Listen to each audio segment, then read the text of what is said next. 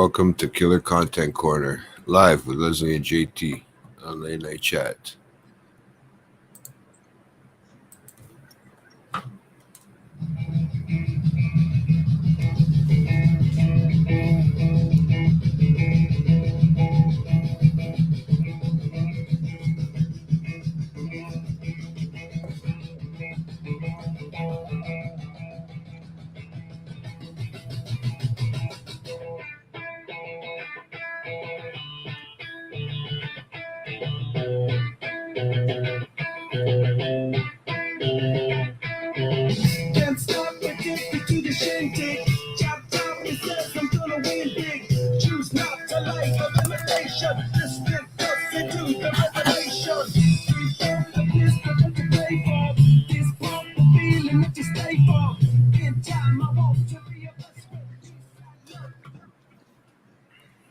Looks like JT's had enough of that. Looks like what? JT's had enough of that. Oh, I can't even want to put it too long. You know what I mean? He's not a big chili pepper fan. Yeah. Don't say it too loud because, if my sister-in-law's listening, I might get in trouble. Well, you should because chili peppers rock. All right. I mean, it wasn't for me, man. Yeah. Welcome back, Leslie. Welcome back, guys. Welcome back to Killer Content Corner with Leslie and I tonight. This is our 8th episode. Fuck. Since it's gone live by its own, and it's kind of crazy. No, Leslie? It's already number 8. Fuck. Very. I mean, did we have before this, if you remember? I still can't remember. I can't remember. Oh, man. It looks like you got us a little doozy here of a killer, guys. Yeah, guys, this is a really different case. It's something like I've never done before just because it deals a lot with cult and religion. And so there's a lot of that background info that needs to be explained just so that you get the understanding of why this guy was who he was. Okay, so. And for once, he didn't kill and rape whores or Native women or, like these poor innocent girls who can't do any of their jobs or be who they are. No, he killed anything that stood in his way for whatever reason. Time, man. Yeah. Well, it's weird because I noticed it does take place quite a while ago, so it'd be interesting to hear what you found out about this guy and what's on the agenda for this killer. So we'd like to, we always like to see a little bit of different stuff and what a wide range. This dates back to what is it? It's like the 1800s, 1900s. No. The beginning of Mormonism begins in the 1800s. He started killing in the 70s, when Charles when Charles Manson started killing, pretty much. Okay. So he was and the other serial killers of the 70s, because apparently the 70s, that generation brought on some of the, Yeah, the drugs brought out a lot of weird things in people, I think. The 70s was just a shit show of a decade. Yeah. But I think it would have been fun to live in. And that's just... I think that the 70s had a lot of good, but it also had like a lot of craziness happening. Oh yeah, I could imagine. Behind the scenes. Not behind the scenes. I mean, all these serial killers. There's got to be some reason why they all started freaking killing around the same time. I just, what my belief is that it's just a lot different and easier. They were still able to get away with it then, and they're slowly starting to get caught. Technology's starting to come out, and slowly and they're learning about these guys, so they're able to track them better, maybe figure out that they've done more than one. Yeah, I feel like that's what happened in that time. I still believe there was killings like this prior to that, just not as well documented, and as well not even as well documented. I'd like to say as well known because it seemed more common ground, I think, prior to the 70s, and then it I slowly mean, started. Jack the Ripper was an oldie. Oh yeah, but I mean And that's H.H. Holmes, who I plan to do, yeah. the guy, that one's really interesting. I almost did that one next, but I'm doing the Green River Killer next. But Oh yeah. Speaking of that, let's I have to give myself, what do you call it, shit, because Nico wanted me to bring it on live. Hold on, let me show you the one that he went out and made Nico go buy. Okay, and I was telling him that I have the book, I just didn't know where it was. And when you clean out this fucking uh, save that story for the next podcast because that's going to be hilarious. That'll be a good intro talk to the Green River uh because that story okay, is hilarious. I might not That, have the book. I might not have the book in hand by that time, though. That's the that's okay. problem. That's okay. So, but just before we get started here, guys, I just want to let you guys know, it's just to tune in this week, um, Sunday, for a pre-recorded show on Late Night Chat, guys. This will be uploaded and reposted. I should be able to by tomorrow after the show tonight. So this one will be good. If you haven't got a chance to watch it tonight live, you can rewatch the post that we put up in the YouTube channel, latenightchat.com. Late Night Chat. Sorry, the Late Night Chat Network. What am I talking about? I can't even speak today. All right, and YouTube and Instagram, everywhere to keep us. We try to put ourselves everywhere, so we're there. But you have this weekend on Sunday. You'll have a live pre-recorded show. It's a live premiere, so guys, we're not really there, but you can talk to us in the chat. We'll be up in the chat. And, we'll still be able to try to answer your questions. So we have a live pre-record of me and Nico doing The Wire season 1, and yeah, he kind of, you'll find out in that one. We had a long discussion. It was about a 3-hour podcast. So between me and him talking about a full season of a show that I apparently didn't like, uh, you know, you guys tuned in to find out what the outcome of that was. So So yeah, check so us you're out. telling me the show represents the show. It's the episode coming up will definitely represent the show as a slow burn. Well, you know what? Maybe not right. I don't know. I don't think right. It's not a slow burn. I don't think right out. It might be because the first 2 episodes, first 3 or 4 episodes, I didn't have on paper because I didn't start writing Right. it down till the fifth. But yeah, you'll see where my mind takes you guys for that one, because it was an actually a really good conversation. And if you tune in for the moral of the story at the end, if you guys can last that long, take a listen, okay? Nico said I had some nice things to say. I came out proper, so it was good. Sometimes JT doesn't always come out proper, guys, and we've known that between me It's and okay, me too. yeah, yeah, me too, J2, whatever you want to call it. So it was a little bit hard to talk about The Wire, but yeah, uh, It I was a did. great show. I'm glad you watched the first season. Oh yeah, I like, and I'll leave it up in the air if I'm watching season 2 or not for Nico, because he doesn't know yet if I am or not. So I'm gonna shut up, okay? So yeah, so tune in Sunday, guys, for that That's one. the That best should be up. Yeah, part. that should be up around 9 or 10, 8 or 9 on Sunday, guys. Live premiere. So yeah, tune in, like and subscribe, guys, and then the following Sunday it'll be back to our regular rotation with me and Nico first, actually. So it'll be a back to back of me and Nico. So that should be interesting. And then Should. sometime in the next month or so, in the next couple weeks, we'll have late night at the movies and a TikTok time. So we're looking forward for that one. So can't wait, guys. We're back to our regularly scheduled live programs. No more live premieres. They might come back in the summer, but who knows if they come back. If they don't, we'll see what happens. But yeah, stay tuned for that. And guys, also late night collectors community, guys. Don't forget to like and subscribe. Okay, guys, they're out there having a blast right now. We're hoping they have some good stories to talk about after this Comic-Con weekend. So this should be interesting. So we will keep you updated. Just keep liking and subscribing, guys. Keep doing what you're doing, and we try to bring out the best we can in ourselves and each other, and we'll see what happens. No more fights, right, Leslie? No.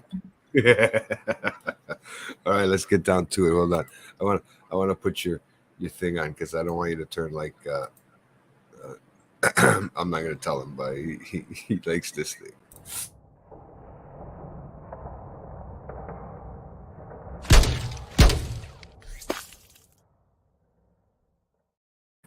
There you go. Let's get into her, Leslie. Let's show her what we got about these freaking Mormons. Oops, did I say it the right way? Is that? Hold on, guys. I just have something quick here. No, I was just wondering if that's politically correct. Those freaking Mormons. Am I allowed to say that? Okay, she's unmuted. We got her on mute, guys. She's gonna let me talk. She just throws me out there and lets me talk. But it's okay, guys. I have no problem with that. I like keeping everybody entertained. So, but from what I got so far from this stuff, there's some, the storyline she's gotten breaking down into. Leslie's got over 17 pages of homework for me to look over this time. So, got a little crazy, got a little bit of. We'll see if she can make me cringe like the one where they were talking about the little kids and stuff like that.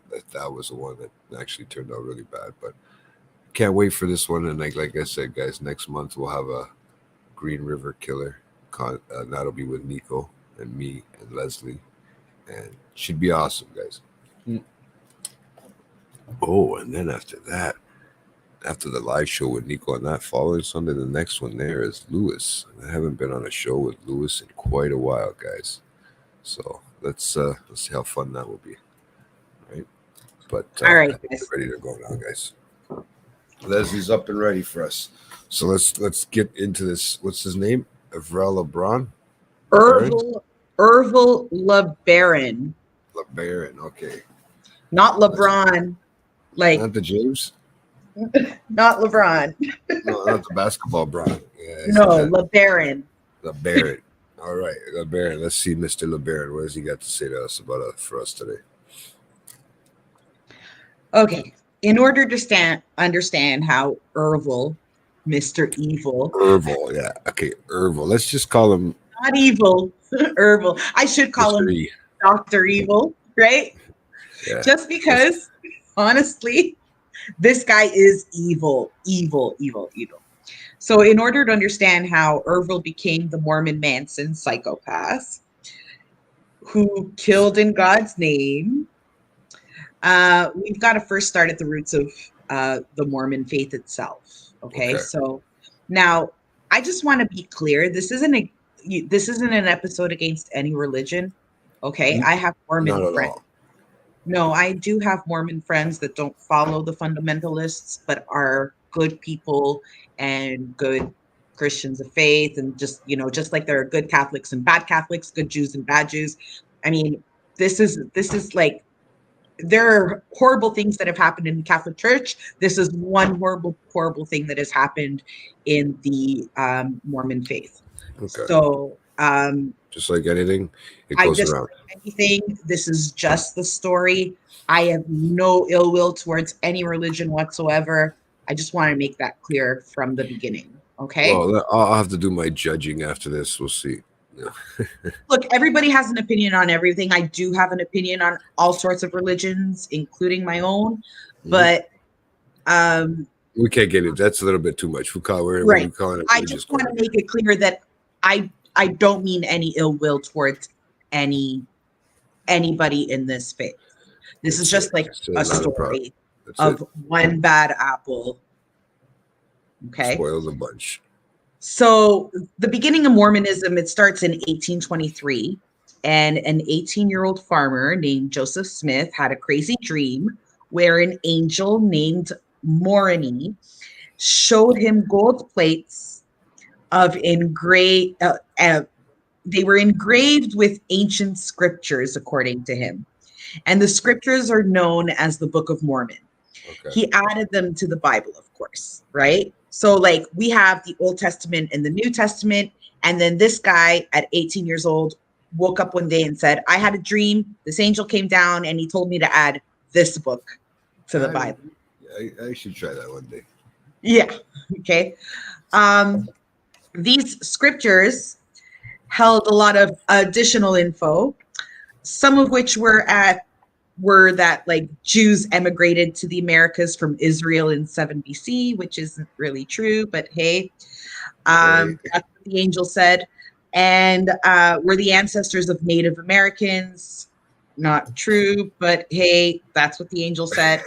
But that's what And the angel said. and that a resurrected Jesus appeared in the new world before ascending into heaven. Not true, but hey, that's what the angel said.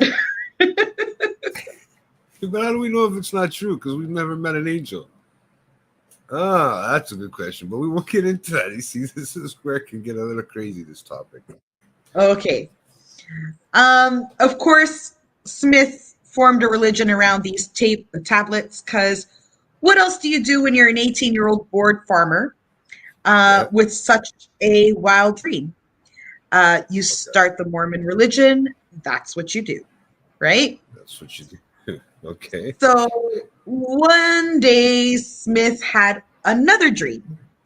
And he says God told him he should have more wives, but his wife can't have more husbands, of course. Smith figured that God allowed the Old Testament patriarchs to wed multiple women, and it was the holy duty of Mormon males to continue that tradition. It was oh yeah, really?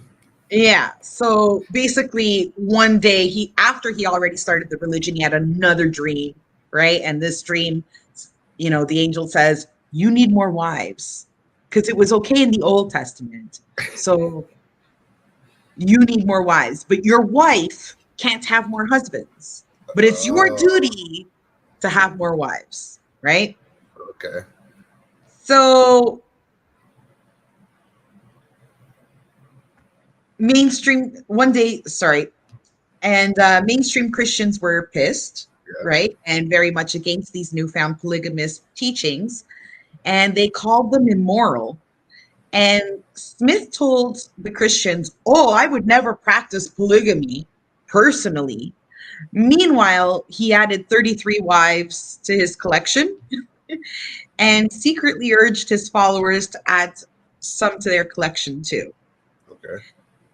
Thanks to all the baby making, Okay. Mormonism quickly increased in followers and became to one of the largest religions in the US. Oh wow. Yeah. So if you've ever heard of the Church of Latter-day Saints, Okay. Yeah, those yeah, are I've heard it. Mormons. That's a branch of Mormonism, right? That's just a branch of Mormons. I hear you. Sorry, my son, he just got home from work, so he popped down here to say hi. Uh, Nice. so basically, they're Christians, right? And so when this all started happening, other Christians like Catholics and Baptists and evangelicals, they said, no, no, no, you're not supposed to have more than one wives. And he's lying to them so that he's not like, you know, ousted, right? And he's saying, no, I would never practice polygamy, but secretly he married 33 more women, right? And he How told can his you deal followers, with one, man? huh? Sorry, I got too many. How can you deal with just one, let alone 33? I don't know if you ever watched that show, The Sister Wives. I don't watch it, but they're all Mormons. They're Mormons, right? They believe in more than one wife, I mean, right? I've seen stuff that believes in that and stuff. There's a few things I've seen that even something just recently too that I watched, but I can't remember exactly. I can't pinpoint it in my head. But yeah, no, that these this is crazy. I mean, I couldn't fathom having unless they all listen, but that's not something that's even imaginable. It doesn't matter what angel came down. So I don't know how he handled all 33. But Oh, to each their own. yeah. Go on. Sorry, So, I just think it's kind of blows me away when you think of yeah, how many they can have. That's just I'm dumbfounded in a sense. well, I don't know how you keep it all together. I don't know how it's organized. I don't watch the show. The Mormons that I do know aren't polygamists. So this is, like I said, this is a branch of Mormonism, the Yeah, yeah. fundamental, right? Um, Oh, I remember shows. Never mind. What show? It was that one on Apple TV that the one with the Mormons, the Tom Holland one. So remember, do you You know what show I'm remember talking about, right? Under the Banner of Heaven? Mhm. That's more. Those are Mormons. Yeah, and there was two. Yes, I remember how it split up. Two branches, two Yeah, different branches, right? So, okay. and like so, just much like Under the Banner of Heaven, how Great show. like there was that argument between Mormons, Yeah. right? And their fundamental beliefs and whatever, right? Yeah. This is how much that's why I need to explain the story, because it all pulls ties in, right? Nice. So you know who else didn't like polygamy, JT? Who? The US government. No shit. You're not Yeah. allowed to have more than one wife. It's against Yeah. the Constitution or whatever the fuck they say. They officially no, it's not against the Constitution. So they officially outlawed polygamy in 1862. So they created a law to ban polygamy. Oh, okay. That's why you have these places in the States that are like huge private properties where they do. Yeah. I get you. Because this started, right? Yeah. So with pressure from Washington, the Mormon Church was forced to renounce it in 1890. So you took it back. They were forced to, right? Wow. But of course, there were some radicals who refused to give up their wives. So what did they do? They, of course, split with the church and said, fuck it. We'll just start our own churches somewhere else where they could keep collecting wives. Of course, they were faced with constant harassment from neighbors and law enforcement. And so these Mormon fundamentalists fled to northern Mexico. And there they created polygamous colonies in remote regions of the Mexican desert and were ignored by the local government. Do you get what I'm saying? Yeah. So like Mexico doesn't have laws against polygamy because it's a different country, right? Yeah. So that was the only way they could get away with it.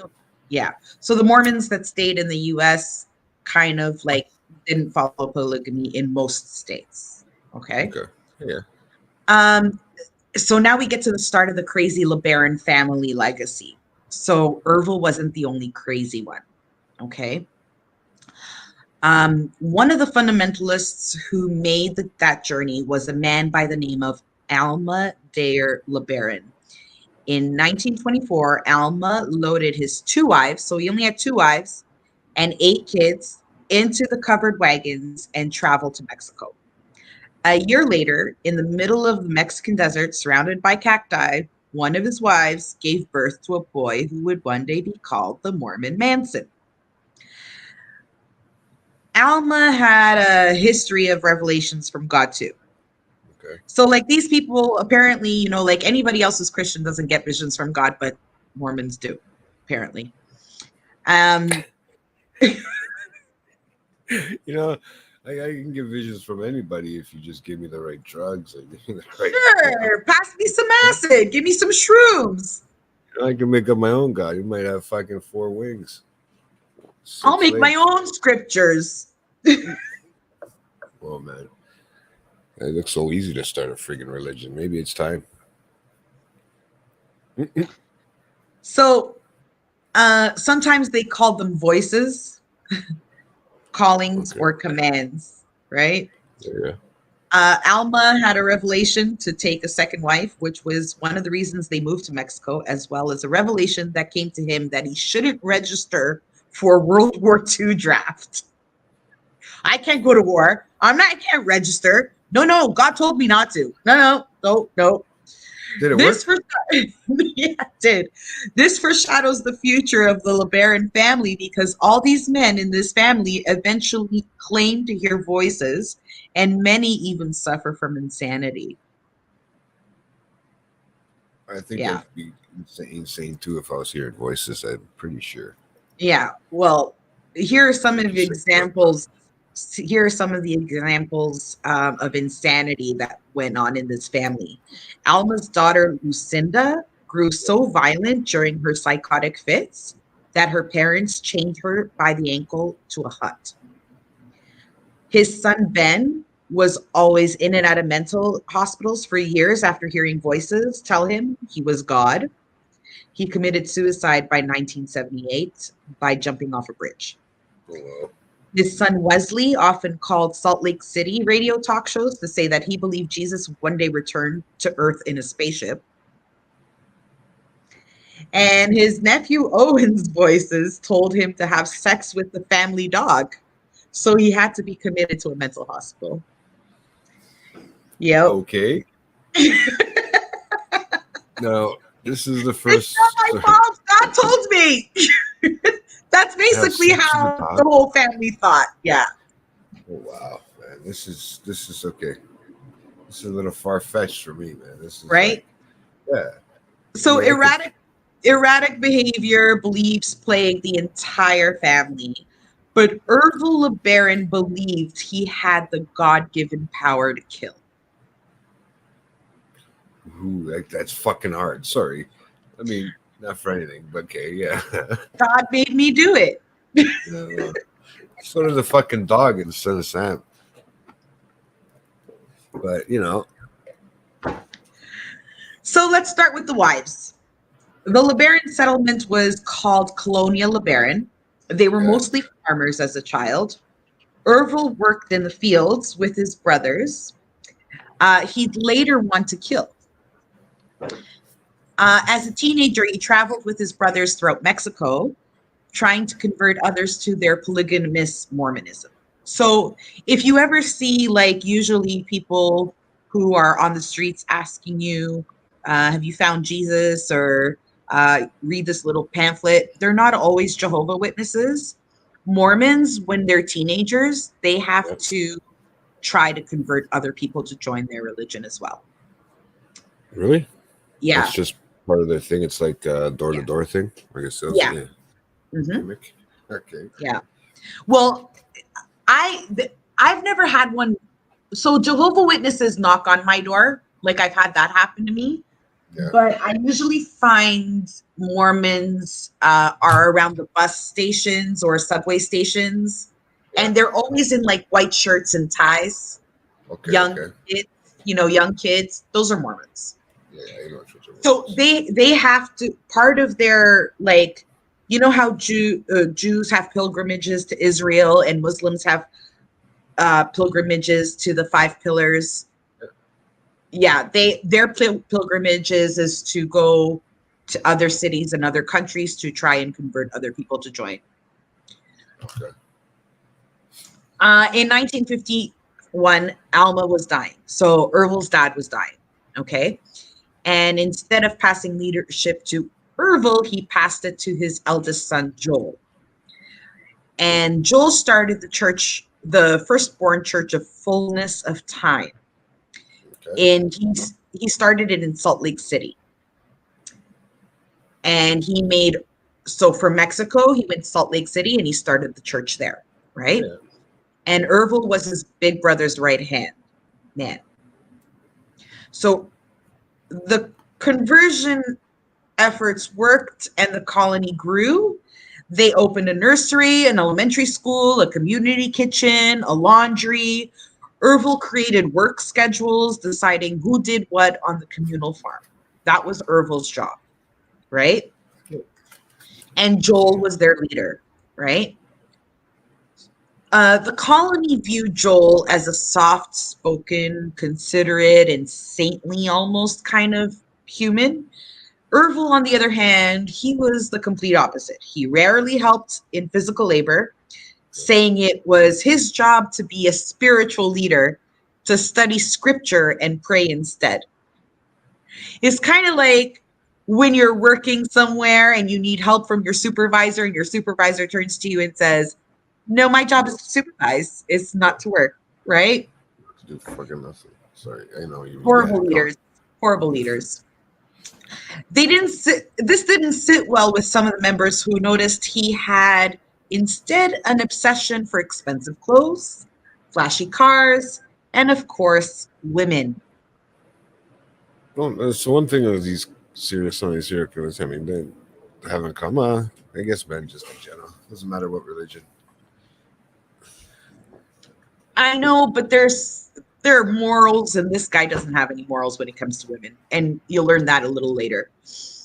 Um, Teenage Ervil was actually a good-looking guy in a hyper masculine kind of way. He was 6'4". He had a square jaw, thick brown hair, blue eyes. He was confident. He leaned into people as he spoke to them, looked directly into people's eyes. Um, he quoted the Mormon scriptures to them. Like, his mannerisms and high position in the colony made women want him. Okay. And Ervil wanted them back. He was extremely hypersexual, connivingly pursuing married women, which is a big no-no. Okay. Well, yeah, you can have more than one wife, but you can't hit on another guy's wife. Oh, okay. I get what you're saying. You get what More I'm than saying? one, but you can't cheat. Right. How does that fucking make sense? Sorry. No, it's not that. You can have more than one wife, but you can't go over you can't, like, in their religion, you can't hit on another man's wife. I hear you. Okay, I hear you. And he was fucking them too. He pursued sisters, preteen girls, and middle-aged women. So he wasn't just a hypersexual pervert, but he was also a pedophile. Nice. He's just, might as well just rain down everything. Age wasn't a number. He was like very R. Kelly. Age wasn't a number for him. Wow. Yeah. He would tell each one that God had told him to marry her. Yeah. One of Ervil's twisted beliefs was that the Virgin Mary had become mother of Christ at 14. So it would be acceptable for him to take teenagers as wives too. Teenagers as wives. Yeah. Yeah. It got bad. It got bad. The colony supported they actually supported Ervil's pedophilia by giving him their young daughters as brides. Right? So, like, in Mormonism, there's like this hierarchy. There's Joel, and then there's like the people appointed right under Joe, and they're like all leaders, but Joel's the big leader. Do you get what I'm saying? Yeah. So, like, it's like if God is telling me to give him my daughter, that's like a privilege. And that's what he's saying to these people. Yeah. And they're, oh, my daughter's going to heaven if she marries Ervil. Right? Like, it's just, yeah. It's really crazy mind fucking. Yeah. And even though these girls, they were more interested in flirting with boys their age, but their parents convinced them they would go to heaven if they married them. Okay. You get what I'm saying? So it was all based on religion. It doesn't matter if you like that boy. God told Ervil that you would go to heaven if you married Ervil. But Dad, I'm only 12. That's okay. We'll wait. Till you get a little older. Not even. Oh, I'll tell you how young his bride was one of his brides was. Well, we're going to find out. I'm pretty sure we're going to find out how young his brides were from this. This is where you're going to make me cringe, you fucking. Huh? This is where you're going to make me cringe, even when you tell me how these weird ones. Okay, go on. Okay. Ervil became cold and indifferent once he was a husband and father. So, like, he manipulated and, like, was, like, suave and passionate with these girls while he was courting them. And the minute he became a father and a husband, he was, like, cold, didn't want to have to do with anything to do with them. Their job was to breed. Women were baby makers. Yeah, women were baby makers and maids, while men made the important decisions. He acted as if his wives were a necessary nuisance, and they served to produce more church members, the children who would later become his foot soldiers. Mm-hmm. He eventually had 13 wives altogether. Wow. Yeah. Now shit starts to get crazy. Yeah. And that wasn't crazy enough just to figure out how the friggin' religion works, first of all, and how they worked. just going to get crazier and crazier. It's Wow. mid-60s now, and Ervil wants more power. Mm-hmm. He and Joel start fighting more often because Ervil is making shitty, selfish, stupid decisions about their properties. Yeah. There was an instance where they had a beachfront property and that Joel had founded called Los Molinos in Baja California. Okay. It was 8,500 acres and it included 9 miles of beachfront. Several Mexican and American Mormons lived on the property where they made huts and they lived in, planted wheat and raised goats. Joel and Ervil had they had clashing visions on how to use the land. Joel wanted to be in agricultural land where the poor Mormons could work on the farm and feed themselves and they'd always have food, right? Yeah. Just simple life, right? Yeah. And Ervil wanted it to be a tourist paradise. He went behind Joel's back and wooed investors with millionaire dreams, meeting with big shots in the States and flying them down to tour the land, pointing out where resorts and yacht clubs would go, like things like that, right? Yeah. Meanwhile, the church was broke now because Ervil brought in truckloads of Mexican converts at a faster rate than the colony could feed and clothe them. Oh, wow. Right? Yeah, that's crazy. He tried to get the rich quick schemes to support the ministry, which included a gambling trip to Vegas, a fish selling business, and harvesting pine nuts from national forests in California. Oh, wow. And these were all schemes. Like none of this worked out. Meanwhile, his people are hungry. They're living in rags, barely making enough food to feed everybody. And he's taking their money, right? Yeah. And just fucking gambling it in Vegas and using it on, it's fuck. He's fucked. Well, I mean, if the first part of this didn't explain how fucked he was, this is going to slowly start telling you, I feel, because it does start to sound a little it gets weird. worse. The money schemes all failed. Okay. The people were forced to wear rags and eat porridge. Meanwhile, Ervil, who was skimming funds from the church, drove around in a gold Impala wearing flashy suits.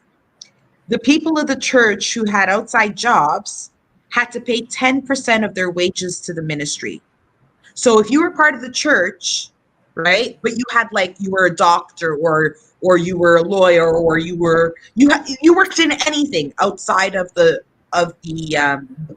church, you had to give them 10% of your earnings, right? Oh, okay. And Ervil was the one who collected the payments, right? And they were pissed. And when they confronted him about the car, he called it the golden calf. Okay. He, of course, said God told him to buy it to impress potential converts. So in his eyes, he would tell the people, I need this gold car. I need this Impala because it'll get more people to come to this church. Oh, okay. People, if anybody knows anything about religion, not one human ever converts to a religion because it'll make them rich. They go there spiritual. I had no choice. I mean, but I would have if it would make me rich, I would have probably chosen it. I mean, not for anything. I mean, it doesn't sound like a bad idea. At one point, I wanted to convert to Judaism, but that's a story for another day. I wanted to be Jewish. No, but I mean, I don't. But you get what I'm saying? If you look at cults, besides killer content, I really like listening to cult stuff. And anybody that I've heard about or read about that has converted to a cult or a spiritual religion or whatnot have all converted for the same reason: spirituality. They're lost. They need to find something to put them back on track or on the track that they want to. And that's what these people do. They manipulate and feed off your vulnerability and suck you in that way. Yeah. Do you get what I'm saying? Yeah. Nobody ever joins a cult wanting to join a cult. Most people don't even know that they're joining a cult until they're so far into it that they don't even know what to do. Do you get what I'm saying? I hear you. Between fucking mind fucking comes too, right? Right, exactly. And the manipulation and the gaslighting, you know? So between fucking every woman he could and spending lavishly, he was becoming obsessed with the Old Testament. Okay. He believed that he had the right, like old prophets of old, to kill people who disobeyed him. Because nothing screams more than thou shalt not kill with killing, right? Yeah, there you go. Oh, what's up, goat? Right? Yeah, So, like, I mean, the Ten Commandments are in the Old Testament, I'm right? down with you, but we should start our own, dude. Huh? No, he's saying. I mean, I'm down with him. He wants to join a cult. I want to start one. There you go, buddy. I don't think you'd have many followers, JT. And what's your I gonna do. cult be? What's your cult gonna be called? Smokes or Us? Hold on. It's gonna be called Mandatory. All for the Ladies. Ew. Oh, yeah, no one's gonna be following you, man. Okay. Oh, okay, go ahead. I mean, it's kind of going down the right path if it's in that Mormon style. Oh man, you can go ahead and yeah. Yeah, I want a bong. I want a bong. What is that? I want a bong. I want a bong. I don't want a bang. I mean, you too. Jesus. Sick. So in the Old Testament, the Ten Commandments are there, and that's what he's focusing on. He's not reading the Testament. He's not reading the Mormon scriptures that his ancestors added on. He's reading the Old Testament, which is like the Jewish Torah, really. And one of the Ten Commandments is thou shalt not kill, which is so hypocritical because now he's thinking, if someone disobeys me, God's given me the right to kill in his name. Yeah. Well, thou shalt not kill. You skip that part. You're just forgetting that part. Did you scratch it off? Like that's, I don't know. In Moses' time, breaking the Ten Commandments was punishable by death. And Ervil reasoned that the same rules should apply to him too. He came up with a list based on the Ten Commandments, which he called civil law. And of course, appointed himself the law's chief enforcer. God came down to me again, okay, and now has told me that these 10 commandments all have to be followed, and I'm the one who needs to enforce them. And enforcement means death, okay? He insisted that people would die for breaking civil law. Forms of death would include, okay, check this out, disembowelment, stoning, beheading, all the torturous ways of killing people. The colony was getting the first glimpse of Ervil's insanity, and unfortunately, it was going to get worse. Well, you would think, eh? Yeah. So blood atonement is a key phrase to note because it's what he uses to justify his killings or who he told to kill, because he himself, like Charles Manson, never killed anyone. He manipulated his kids, his wives, his followers to kill anybody who got in his way. That's why he's the Mormon Manson. But Charles Manson had 9 deaths under his belt. This guy, over 35. Okay. Yeah. So he took it to a different level. He did. Just a tad. Yeah. And you'll see how crazy, even after couldn't get that fucking fire up. That's what it was. Even after he's dead, the killings were happening. Yes. I'll tell you after. So Brigham Young, we're going to go back again. So back in time to 1856. I wish I had that Scooby-Doo screen. No, it wasn't Scooby-Doo. It was Mike Myers from Scooby-Doo had it too. That Did they? Yeah. Oh yeah, well I guess that's where they got it from, in Wayne's World. Yeah. So Brigham Young was the church's second prophet, right? Only us, buddy. Are you kidding me? Sorry, I just need to answer Goat's question here right now. Do you have any idea, Goat, how many cults exist today and how many leaders have gone to jail for doing crazy shit? Oh, I can imagine. Like, I listen to a lot of cult stuff, and you have what? Do what again, bro? I don't know. Whatever. I Okay. don't know. It takes a There's second. a It takes lot of 15 fucking seconds. cults. Whoever this goat is. Um, Like, there's a there is lot of people that have gotten away with it, though. every fucking cult leader, every fucking the sounds from Oh, okay, yeah. oh, Okay, the now sounds from the yeah, thing from Scooby Doo or whatever, yeah, Mike Myers. he's old. That's why. If that's Yeah, he remembers the whole Wayne's World thing. Yeah. So he remembered. So these cults, even today, these leaders, they're just as fucked up as Ervil is, guys. Like, tune into some of the podcasts. I'll let you know some of them at the end of the show.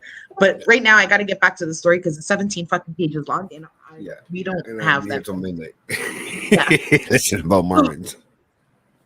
So Brigham Young was the church's second prophet. The first one was Joseph Smith, who I had mentioned before, and Brigham Young was the the chick from Smallville. Yeah, Nexium. That was the name of that cult. Okay. The one that Goat's mentioning there. Brigham Young was the church's second prophet. Young believed that if someone strayed from his flock, the only way that person could gain entry to heaven was if he or she was killed by a righteous assassin. Okay. So the first one was Joseph Smith. Brigham Young was the second one, right? He called this concept blood atonement, and he explained it to his followers in a sermon he gave on September 21st, 1856. And it went like this. There are sins that men commit for which they cannot receive forgiveness in this world or in that which is to come. And if they had their eyes open to see their true condition, they would be perfectly willing to have their blood spilt upon the ground, that the smoke thereof might ascend to heaven as an offering for their sins, and the smoking incense would atone for their sins. I know when you hear my brethren telling you about cutting people off from the earth, that you consider it a strong doctrine, but it is to save them, not to destroy them. The gaslighting and manipulation behind this excuse for wanting to kill people who don't obey you is so narcissistic. It's just disgusting. Like, I don't understand it. No other form of Christianity I've ever heard of has ever thought this way. So I don't understand why leaders think that it's okay to use the name of God to kill. First of all, if you're a true Christian, you know that God forgives everything. At least that's their belief, right? But it's not always about, unfortunately, I was just thinking, it's not always about, they all have their own gods. They all believe what they believe. So No, I understand. Christians all believe in God. No, but I'm saying other religions and all this, they all have their own beliefs on what their God is able to do and whatever. So I mean, we can't really say, okay, if you're Christian, I don't want to single out just one religion in here. We're gonna talk about them all in a sense, basically, right? Mormons, Catholics, Baptists, Anglicans, evangelicals, they're all Christians. Do you get what I'm saying? Mm-hmm. They're just different branches of Christianity. Yeah. Just like there are different branches of Judaism, there's different branches of Islam, different branches. Like, so we all believe in the same God, and we all believe in Jesus Christ being the Messiah, except Jews and Islam, right? They're still waiting for, Jews are still waiting for the Messiah, and Islam believe Jesus was a prophet, not who he said he was, which is fine. Everybody's believing, but all Christians, it doesn't matter which branch of Christianity you are, you all believe in God and you all believe Jesus was the Messiah. That's their core belief, right? Now, how they interpret the Bible is what differs in every freaking branch, which is ridiculous because it's all supposed to be the same book and you're not supposed to take it literally. Most of it is to be taught lessons, not to be like, just because, someone married 3 women, it doesn't mean, like you're supposed to marry 3 women today. Do you get what I'm saying? I mean, to each their own. If that's for you and you're not religious and that's what you want to do, then fine. And if everybody participating agrees with it, then that's none of my fucking business. Honestly, you live your life, be happy. Whatever makes everybody fucking happy, do it. Whatever your beliefs are, whatever, as long as it's consensual, I don't give a shit, right? It's none of my business, right? Yeah. But to use the name of God just to manipulate your own train of thought, I disagree with that, right? Governments have done it, especially the US government. Okay. Like religions have done it, killed in the name of God. Dude, thou shalt not kill. It's the only thing in the fucking Bible that apparently came from God are the fucking 10 commandments. Okay? Everything else is hearsay. Okay? And you can't fucking follow thou shalt not kill. It's clear. Don't kill. Well, we do That everything else sometimes. Don't kill if you break the other rules. Don't kill if someone else killed. Don't kill. Right? Just don't kill. Nobody's supposed to kill anybody. That's just the way I see things. But whatever. This is just an example about how someone who's power hungry, right? Yeah, man. That's what she's basically saying, right? It is. Exactly. That is true. Yeah. And guess what else isn't in the 10 Commandments? Go, thou shalt not use God's name in vain. But all these fucking prophets have, right? That's all they keep fucking doing, like, I don't get it. They're pretty clear. They're in simple writing. There's no like wordplay in them. They're pretty clear. And most religions, even if they're not Christians, kind of have the same exact morals. Don't kill anybody, don't hurt anybody, love everybody, respect everybody. Like all religions in that very core are exactly the same. Do you know what I'm saying? Yeah. Just be people. That's it. Yeah, they still have kind of rules. Yeah, but they have their own rules and their own ways they see their scriptures. And again, this is just my opinion.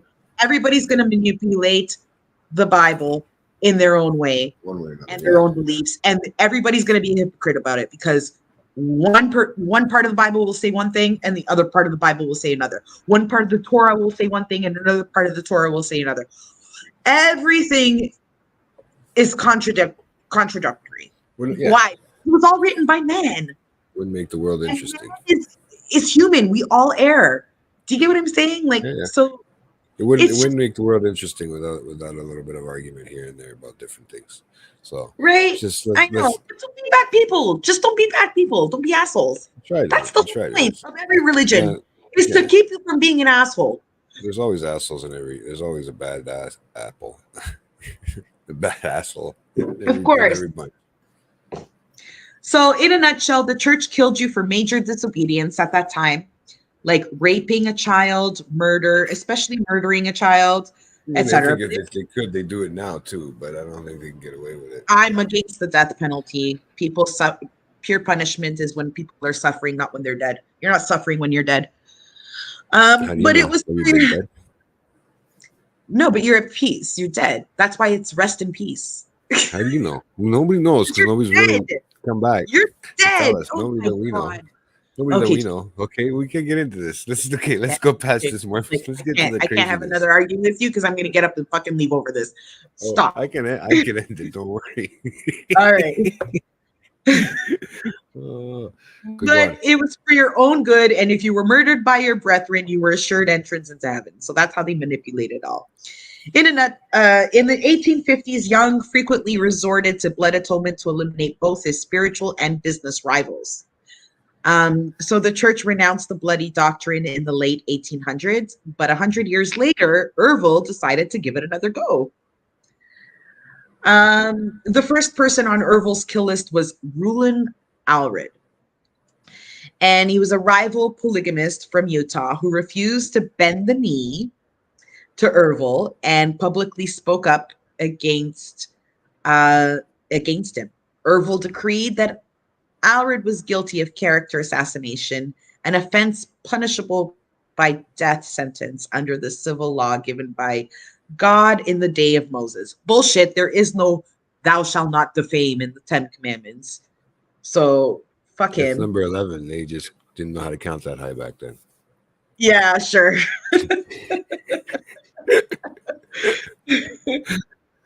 Oh, fuck. You see, Rulin and Ervil were once good friends. In the 1950s, Rulin evaded an arrest warrant in Utah for cohabitation by hiding out in the colonial Lebaron in Mexico. But that didn't stop Ervil from killing him some 20 years later. So Joel watched his brother scare his people with his gruesome threats and continued to lie to his Mormon people and investors. He got fed up, and when Ervil told him in the summer of 1972 that God said he and Joel should run the church as equals, Joel put his foot down. Not only would he not share the firstborn leadership with Ervil, he was removing Ervil from the position of leadership altogether. Okay. From that point on, Ervil would be sitting in the pews, not standing in the pulpit. Ervil was shocked by the news and actually cried before the congregation when the announcement was made. He walked away alone from the temple that night and began plotting against Joel. Like Cain in the Bible, he would strike his brother down. So here's the start of the Mormon Mafia. Oh, wow. Yeah, the LeBaron brothers split. Families chose sides, arguing whether Joel or Ervil was the true prophet. Ervil started his own church in San Diego, and it was called the Church of the Lamb of God. He began to issue angry accusations against his brother. Joel's disregard for his authority was an act of treason against heaven that carries the penalty of death in this world. Those were his exact words in his sermon. So he was ready to kill his brother over this. On a dry August day, Joel and his 14-year-old son Ivan had gone to the house of the Church of the Lamb disciple to pick up a car in Baja California. And while Ivan waited outside the house, Ervil's thugs jumped his father inside. Ivan heard someone yell, "Kill him," and gunshots. The hitman sped off in a station wagon, and the boy ran inside to find his father lying face up on the floor, blood pooling around his shoulders and 2 bullet holes in his head. Ervil thought that the murdering of his brother, the firstborners, would flock to him. So he thought, okay, my brother's dead. Now they have no choice to follow me, right? But no, they were pissed. Instead, they filed murder charges against him and chose a new leader. And who did they choose, JT? His younger brother, Verlin. So they were so pissed off at him that even though he was the second born after Joel, they still didn't want him to be leader. They picked his youngest brother, Verlin. Now, Joel's funeral was attended by his 7 widows and 44 kids. Verlin reluctantly took up the reins of the church. So Verlin didn't really want to be leader, but he figured he had no other choice, right? Anything was better than, having Verlin as leader was better than having Ervil as leader, right? So like Joel, Verlin had a quiet personality. He preferred to tool around. Oh yeah, you have no idea how pissed he gets. Yeah. So he preferred to tool around his farm or spend time with his 9 wives and 50 plus kids. Yeah. So Joel had 7 widows and 44 kids, and Verlin had 9 wives and 50 plus kids. Oh, wow. Right? That's so crazy. and yeah. He knew he was next. This is why Mormonism is the largest religion in the US. Because they can't stop having sex. Well, they can't stop having wives and more sex. Well, and more 9 kids. Wives, 50 kids. That's fucking holy shit. That's 10 wives. What is that? 5 each? 10 each, 5 each. They don't believe in birth control either. Oh man. Yeah, it's against the religion. Yeah. So Verlin knew he was next on Ervil's list. So he kept a very low profile. He traveled constantly changed cars and homes, and always kept his whereabouts in question. Yeah. So they never he never told anybody where he would be. He would just show up. Do you get what I'm saying? He Yeah. had to because he was terrified. He knew he knew Ervil was, if Ervil killed Joel, then he was going to kill Berlin, right? And he was going to kill anybody who got in his way to being leader. Yeah, of course. So this is how narcissistically insane Ervil is. In December, Ervil walks into the police station in Ensenada with his 2 lawyers. I think JT froze. Hold on, guys. I'll Oh, disappear. you're back? You're okay? You kind of froze. Yeah. All right. It went a little low there for a second. It might be a little low for the next little bit, but no, it seems to go up. Go ahead. So this piece of shit narcissist, Ervil, who is so narcissistic that in December, Ervil walks into the police station in Ensenada with 2 lawyers and demands that the murder charges be dropped. So he's being investigated. He's charged for his brother's murder, right? And the cocky motherfucker walks in there and he says, I want these charges dropped, right? Like as if they were supposed to obey him. Insane. And why? Because he's tired of dodging cops and needs to travel freely to win more converts to his church. The cops were so flabbergasted at his audacity to even show up as a murder suspect who they trailed for months, okay, and immediately threw him in prison. They just said, fuck that. You know what? You want to be free? You got to, no, you're going to prison. You should have been in here. We only gave you that courtesy because you are a church leader. Like now you're going to get in prison. Yeah. While in prison, his mother wrote him a letter that said, you shouldn't be in jail. You should be in a mental institute. So his mother knew her son was batshit crazy. Yeah.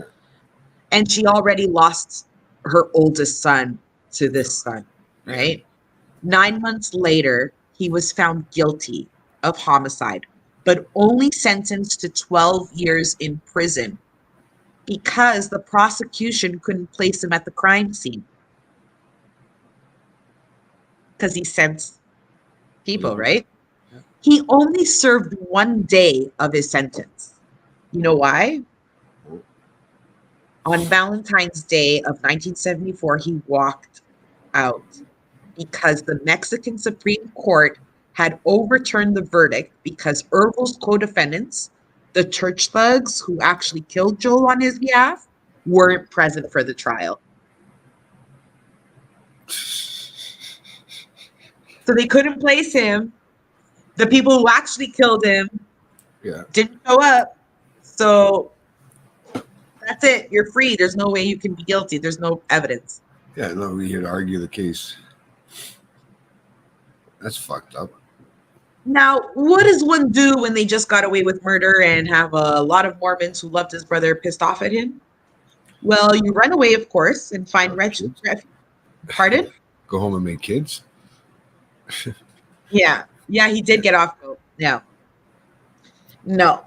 You run away, of course, and find refuge in Yuma, Arizona, where you have a core group of followers.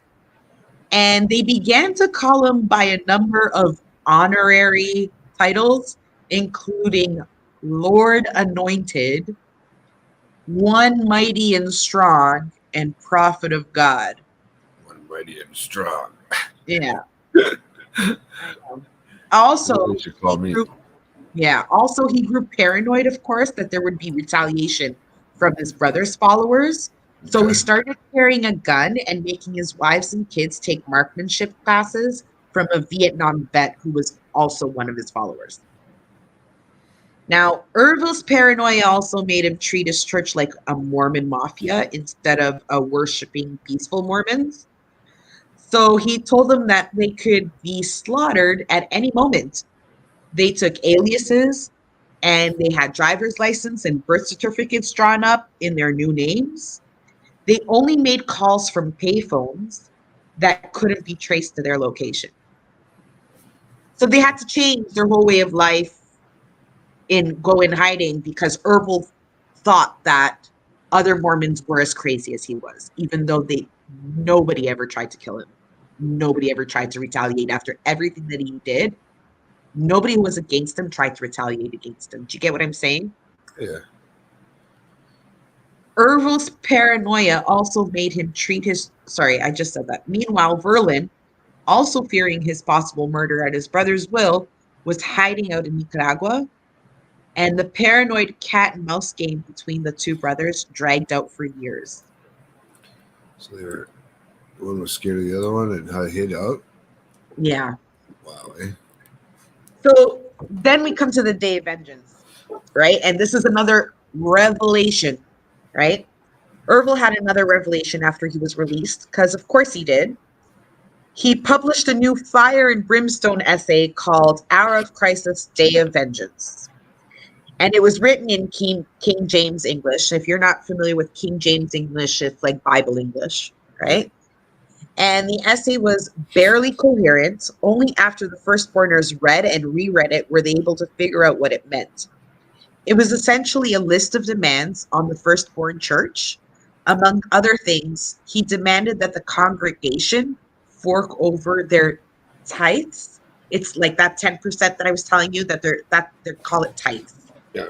Directly to him, not his treasurers, him and him only. So from now on, you're not supposed to give your money to my right-hand man, to my treasurers. You're supposed to come to me directly, or I'm coming to you directly and put it in my hands, nobody else's hands, right? The exact scripture read, "It is a criminal offense punishable by death for an enlightened people to pay tithes and offerings to thieves and robbers and other fundamentalist leaders. The sword of vengeance will hang over the heads of all those who should fail to hear the word of the Lord. Willful failure to comply with the book's minimum requires constitutes of the crime of rebellion against God." Basically, it said anyone who didn't pay their dues to Ervil directly should die. Well, I mean, if that's your own religion, you would think that that'd be part of their. No, but he's creating this. He's getting your own these belief. visions, right? So there's a Yeah. religion already way before him, and No, I he get that part. onto it. Do you get what I'm But I mean, saying? if you're a little bit fucked up, then and you're trying to get these people to follow, they would believe you if they did. That's just right. You're right there. I choked on my coffee. Sorry, guys. It happens to me all the time. Don't worry. Oh, yeah, pretty much. Like, I mean, at the end of the day, how narcissistic leaders work, right? yeah. His ultimatum was met by a wall of silence. And Ervil decided that the apostates would be punished. So he told his followers that he'd had yet another revelation. They must destroy Los Molinos. So that place where Joel had started in Baja California, by the beach there, where they started fighting over everything. Yeah. He says, okay, these guys aren't following me. They don't want to pay me their dues, right? So I'm going to have to destroy it. The day after Christmas, JT, this guy has no mercy, okay? He sent his foot soldiers across the border into Baja during the night. They had fire bombs and assault weapons. As some 30 firstborn families gathered around their wood-burning stoves or tucked their children into bed, a pickup truck and a Fiat turned onto the dirt road leading to the quiet farming commune. They cut their headlights and slowed down. They started throwing Molotov cocktails. They started throwing Molotov cocktails crashing through windows of the town's largest house. Within seconds, the wood-framed house was engulfed in fire. The residents ran outside, and Ervil's thugs sprayed bullets over the people racing to form a water brigade. So everybody that was running outside of the house, away from the fire to get water, was getting bullets thrown at them. The assailants barreled through the settlement, throwing more fire bombs into homes as they made their way toward their primary target, Verlin's house. Verlin wasn't home, though, but his wife Charlotte and 6 of their kids were. When they saw the truck with 5 armed men in in the back, making a beeline for their house. They ran to hide in a dark orchard while the men shot up their house and set it on fire. By the end of this attempted massacre, 2 men were dead and 13 people wounded. And Ervil, pissed as hell because his brother was still alive. Wow. 13 people wounded. He said, yeah, you don't want to follow me? You don't want to give me money? No problem. I'm going to burn your entire town down. Don't. And he was trying to get his brother Verlin, right? Yeah. But Verlin wasn't there, and his wife was smart enough to move to the back of the orchard because she saw the rest of the homes all being burned. Like, can you imagine? It's the day after Christmas. Mhm. You're putting your children to bed. You know, like opening, presents if that's what you do. And just say, okay, hold on 1 second. And this is what they walk into. Yeah. Total world domination. Ervil's plans kept getting bigger. After taking over Los Molinos, he wanted to take over the governments of Mexico and the United States and eventually rule the world. See, narcissistic leaders who are power hungry, like they have something wrong in the brain. They think they're actually, nobody's ever taken over the world, but they think they are the people who are going to turn over the world. Hitler being one of them, like Mussolini, like, like it's that type of shit. That's cold. What year was that again? The Christmas thing? It was, sorry, I think it was 19. It's in the purple. It's color coded, guys. Colors on mine. I think it was 1976. Around that. Yeah. Let me see what year here on this. I didn't write it here, but it was like this all happened like mid to end of the 70s. Yeah. Okay. So let me get that out there. Go ahead. Where are we at? Because of course he did. How did he plan to do this? By killing his religious rivals and stealing their businesses to finance it all. Yeah. So he thought, no, this is around the Manson time. Manson killed in 69. He was arrested in 69. This is like maybe 5 years later. That's when it all started. His whole evil reign started. Yeah, with killing not people. So long ago, yeah. Not long ago, bro. I mean, it was before my time. Yeah, mine too. Yeah, but yeah, it happened. So at this point, the Lamb of God Church consisted largely of Ervil's wives and followers, so he didn't have a lot of people backing him. But there were also enough outsiders to keep the small church going. And like an ancient king, Ervil controlled the romantic liaisons in the circle. He had first dibs on the women, arranged marriages between his men and the girls, and gave away his daughters to men he wanted to cement relationships with or reward for good behavior. So you know how Elvis gave away Cadillacs to people who were good to him? He gave away daughters. Oh, wow. You get a daughter, and you get a daughter, and you get a daughter. That's kind of fucking weird, eh? Think about it. Yeah.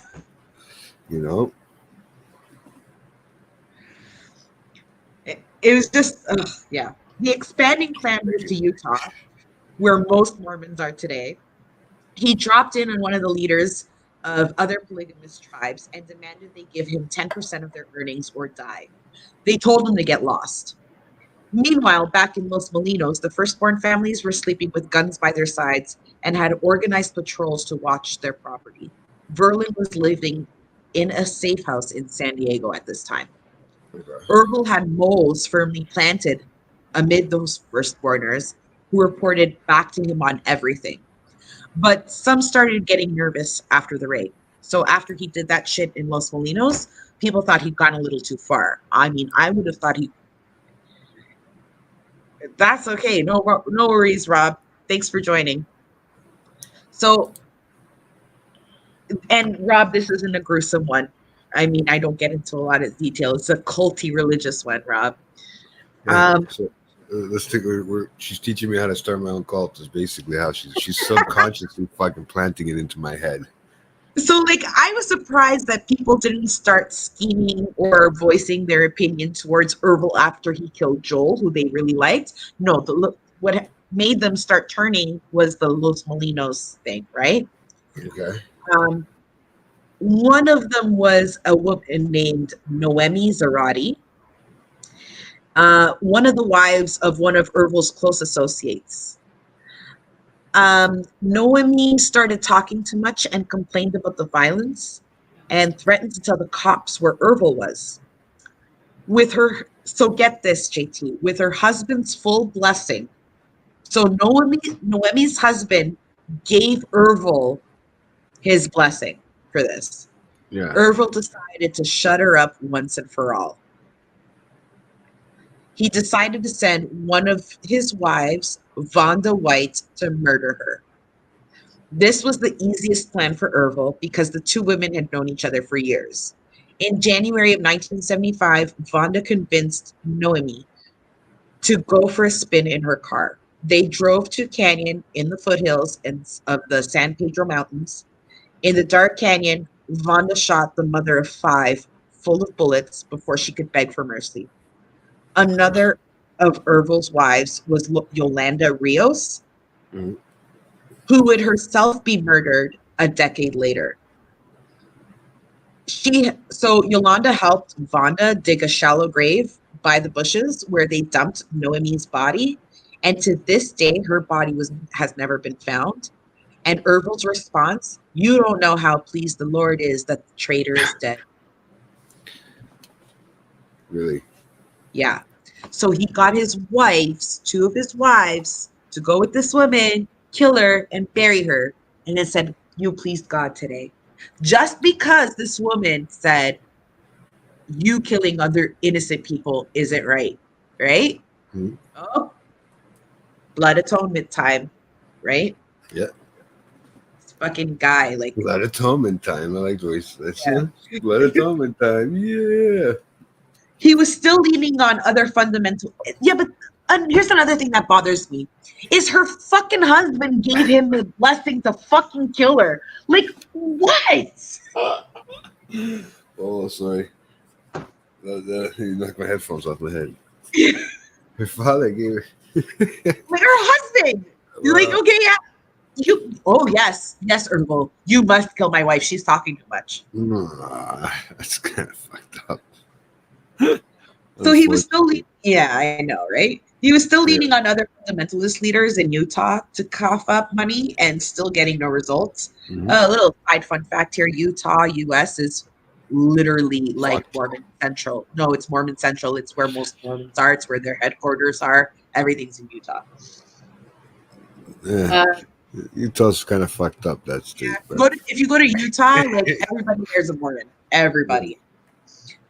Um, so he was still, leaning on the fundamental leaders in Utah to cough up money and still Mhm. getting no results. Mhm. In one letter he wrote them, he said, "Repent ye, therefore, or suffer destruction at the hand of God."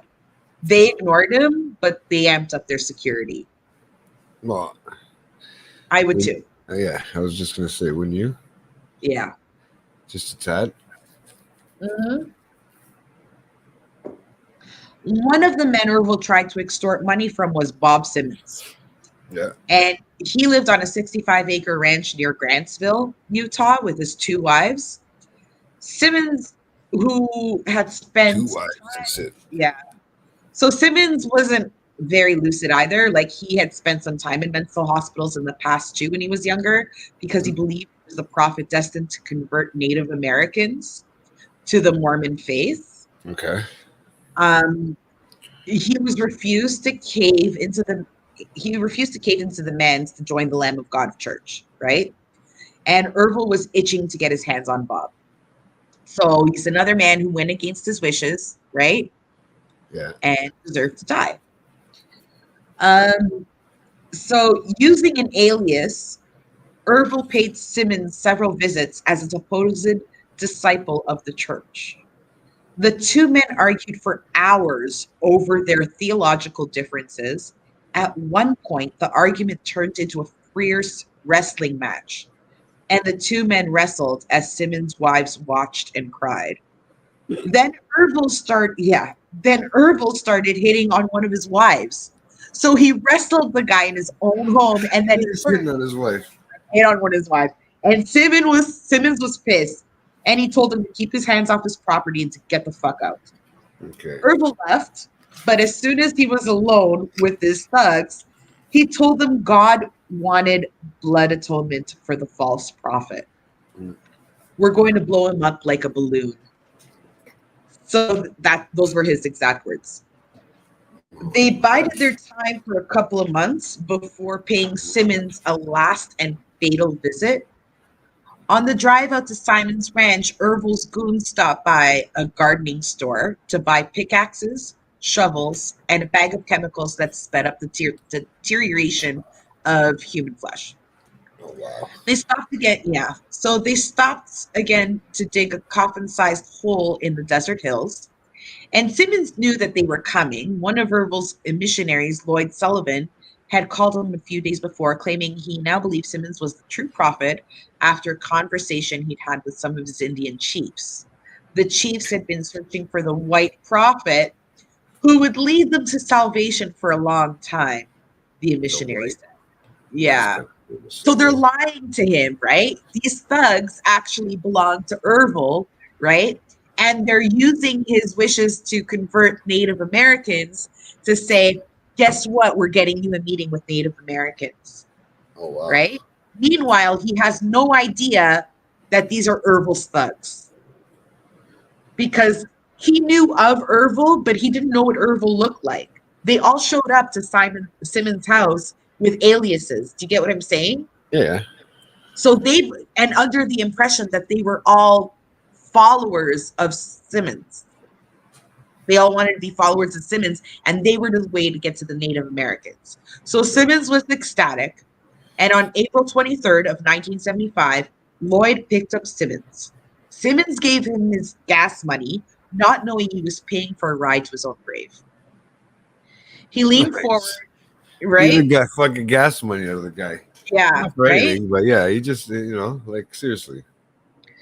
So he leaned forward in his seat, peering through the windshield. For so many years, he tried to make contact with the natives, and now it was happening. Lloyd pulled the car up beside a pile of rocks. Lloyd cut the engine, but left the headlights on.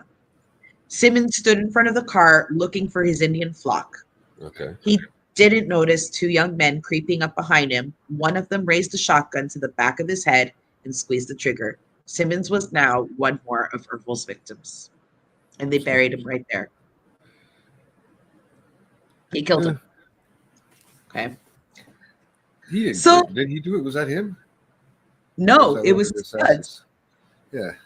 I'll let you, like, later on in the story, you'll find out exactly who killed for him because most of them got charged. Only a couple are still refuge.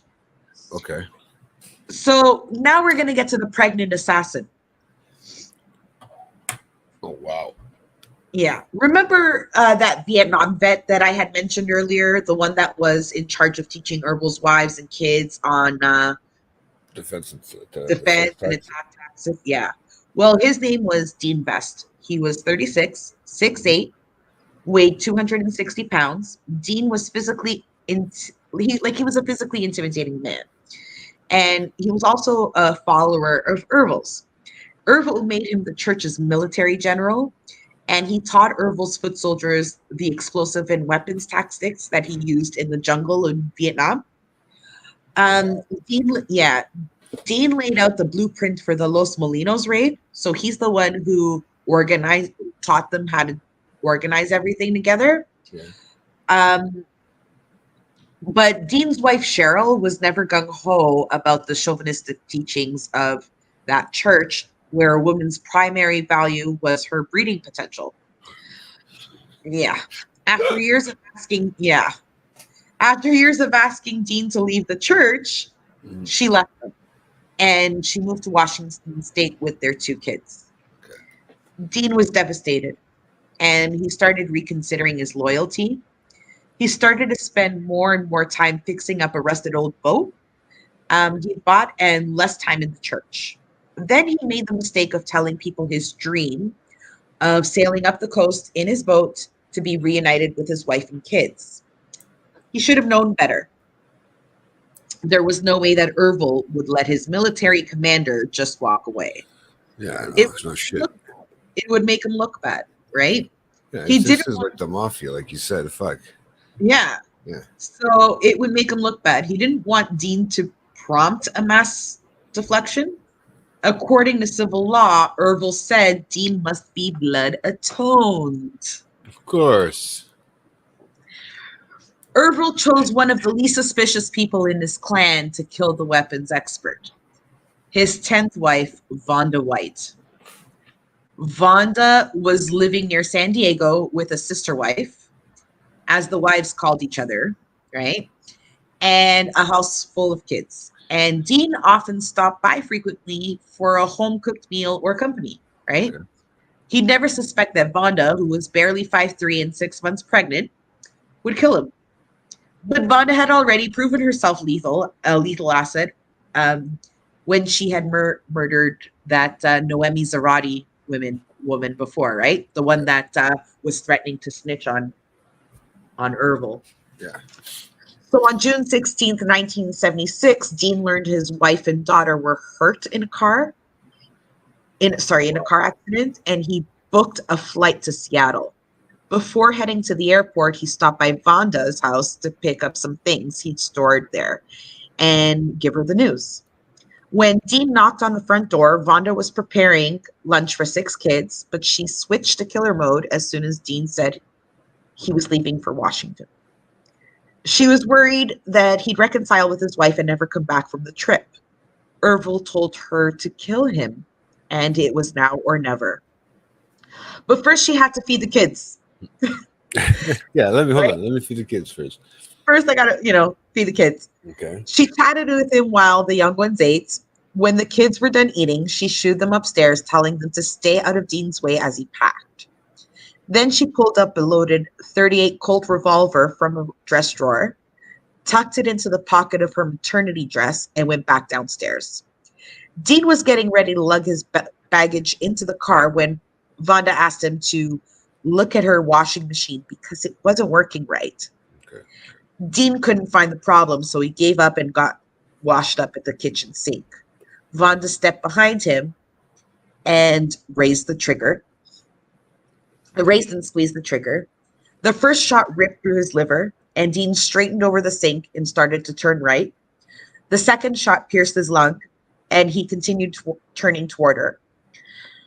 And she quickly ducked to avoid the fall. After Dean collapsed on the floor, she shot him for the very last time behind his left ear. When she washed up and called the cops, she said, "The shots have been fired." She told the cops she didn't see she didn't see who broke into her house and shot him.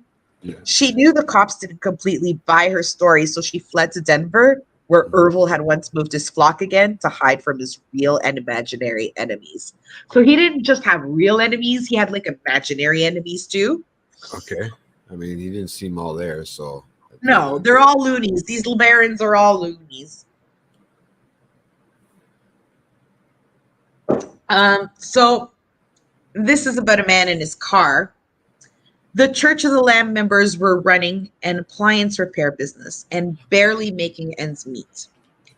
Despite running a sweatshop where kids, women, and men worked 16-hour days without pay, okay, because that's how like Ervil likes to run shit, they crammed into tiny rental homes, dressed in rags, and went hungry.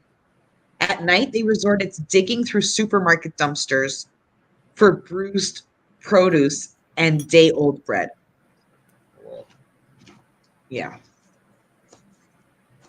In 1977, however, the business finally started to become profitable. The clan started appliance stores in cities in several other states, including Dallas, where a group of clan members moved that winter.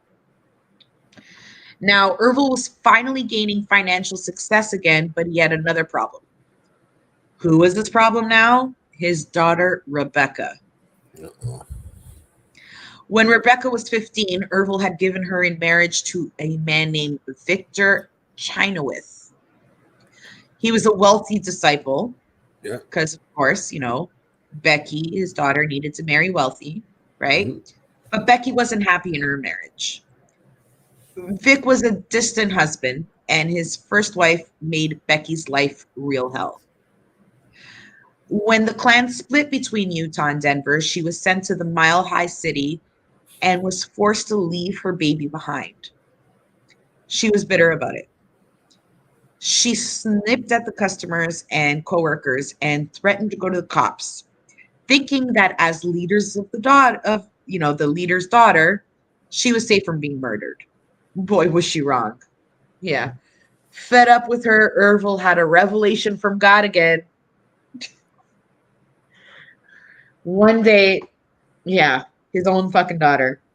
One day, Ervil told Becky she could get her baby Victor Jr. back from Denver. She was so happy. On the day she was supposed to get him, she sat in the back seat and chatted with the two boys driving her to Dallas Airport. Happier than she'd been in months. She was 3 months pregnant as well, and she planned to take her baby boy to Mexico and stay with her mother. She'd give birth to her second child there and raise it with the help of her mother. That was the plan. But the boys in the front seat weren't listening. Dwayne Chinowith, who was Victor Chinowith's brother, Hmm. and Eddie Marston were doing a mental rehearsal of a new trick they'd been practicing for the past several weeks: how to strangle someone with this rope. That's the trick they learned. That's the Where trick they were practicing. where did they learn this trick? At school? No, Ervil was teaching them. I know. I'm just like Yeah, I know, right? the school of Ervil. Yeah. So on an isolated road outside of Dallas suburbs, Mhm. Dwayne pulled the car off the road and Eddie reached down to grab the coiled rope at his feet. Death by strangulation was harder than these boys thought. She was taking too long to die. She kicked and thrashed about on the back seat as the two boys tugged at the ends of the rope until she finally succumbed to death. Remember, she was 3 months fucking pregnant too. Disgusting. And she was only 17, man. So this is her pregnant with her second child, and she's 17. Oh wow. And her father wanted her dead just because she was unhappy. Well, I that's just I don't even know how to. I don't know where to go with like you send me down a weird ramble if I start going on that. That's kind of fucking yeah. 17, 2 kids. Uh, wow. Yeah. And your father, Yeah. wants you dead. Yeah. Yeah. They dump her body in the Oklahoma State Park. Her body was never found either. Ervil was pissed when her blood stained the trunk of his LTD. Okay. Uh, And I he mean, chewed at the boys for being so careless. A short while later, he traded the car for another, more pristine LTD. if you thought that was like, I mean, if that's what you thought you were teaching somebody, I guess you would say it is careless in a sense, if your mind is all fucked up like that, you know what I mean? No, they were careless because they did it in his car. Yeah, They and left the strangled her blood. in the car and it was dirty. And he was upset that it was dirty. Yeah, He was, I know.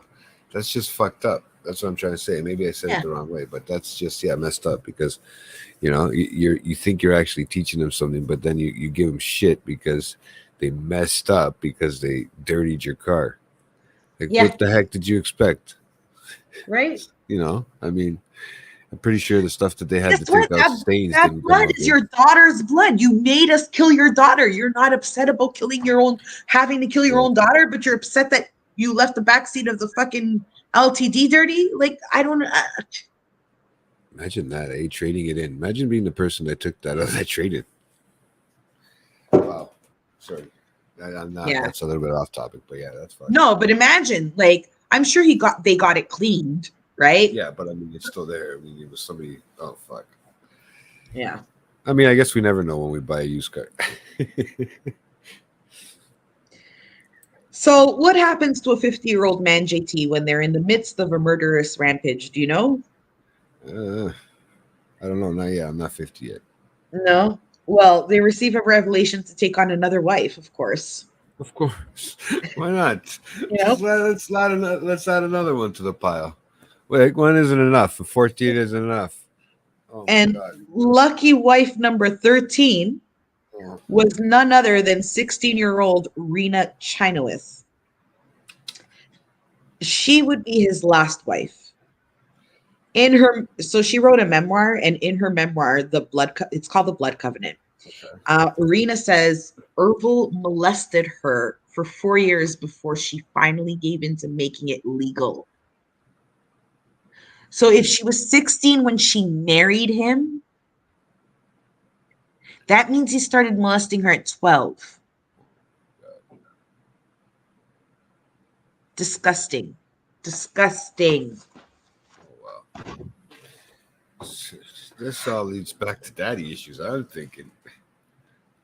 No, man, it leads back to the fact that he is a Well, I mean, pedophile and he used the Bible to justify it. yeah. And he gaslit everybody to believe that he could be a pedophile because God approved. Yeah, he is a fucking pig rot, like really disgusting.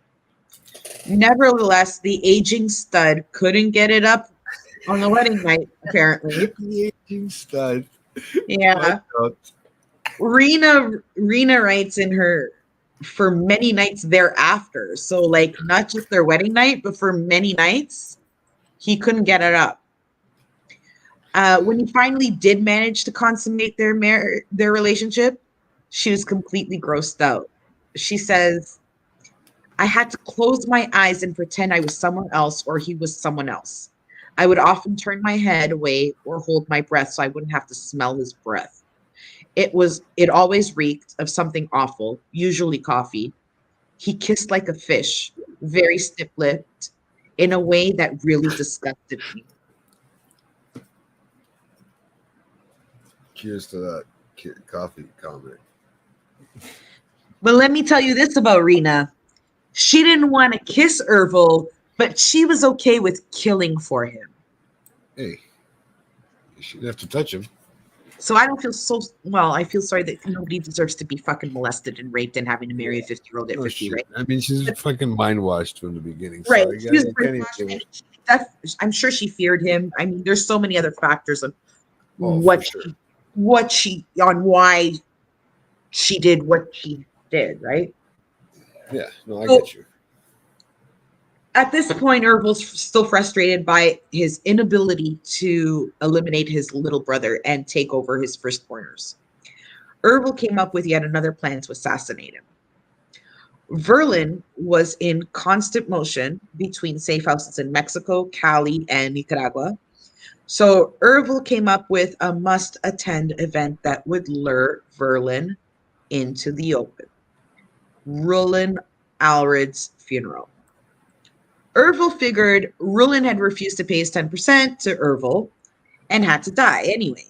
His brother would have to attend the funeral of the man who had been legendary Utah polygamist.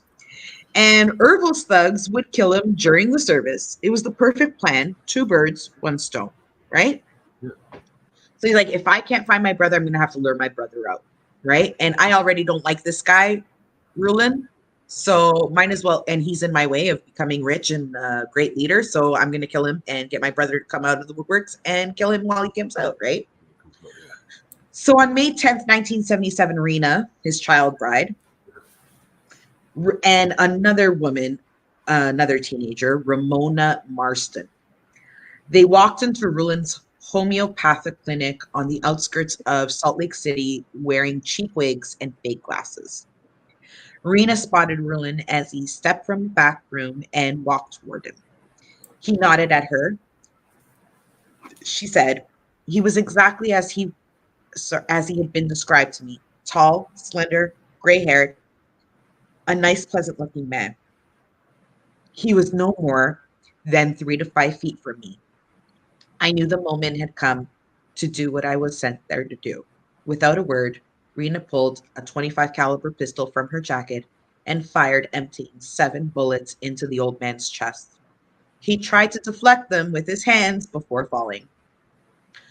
Roland Aldridge's funeral I know, I'm trying to like, picture deflecting. You're trying to like, deflect. Okay, yeah, yeah.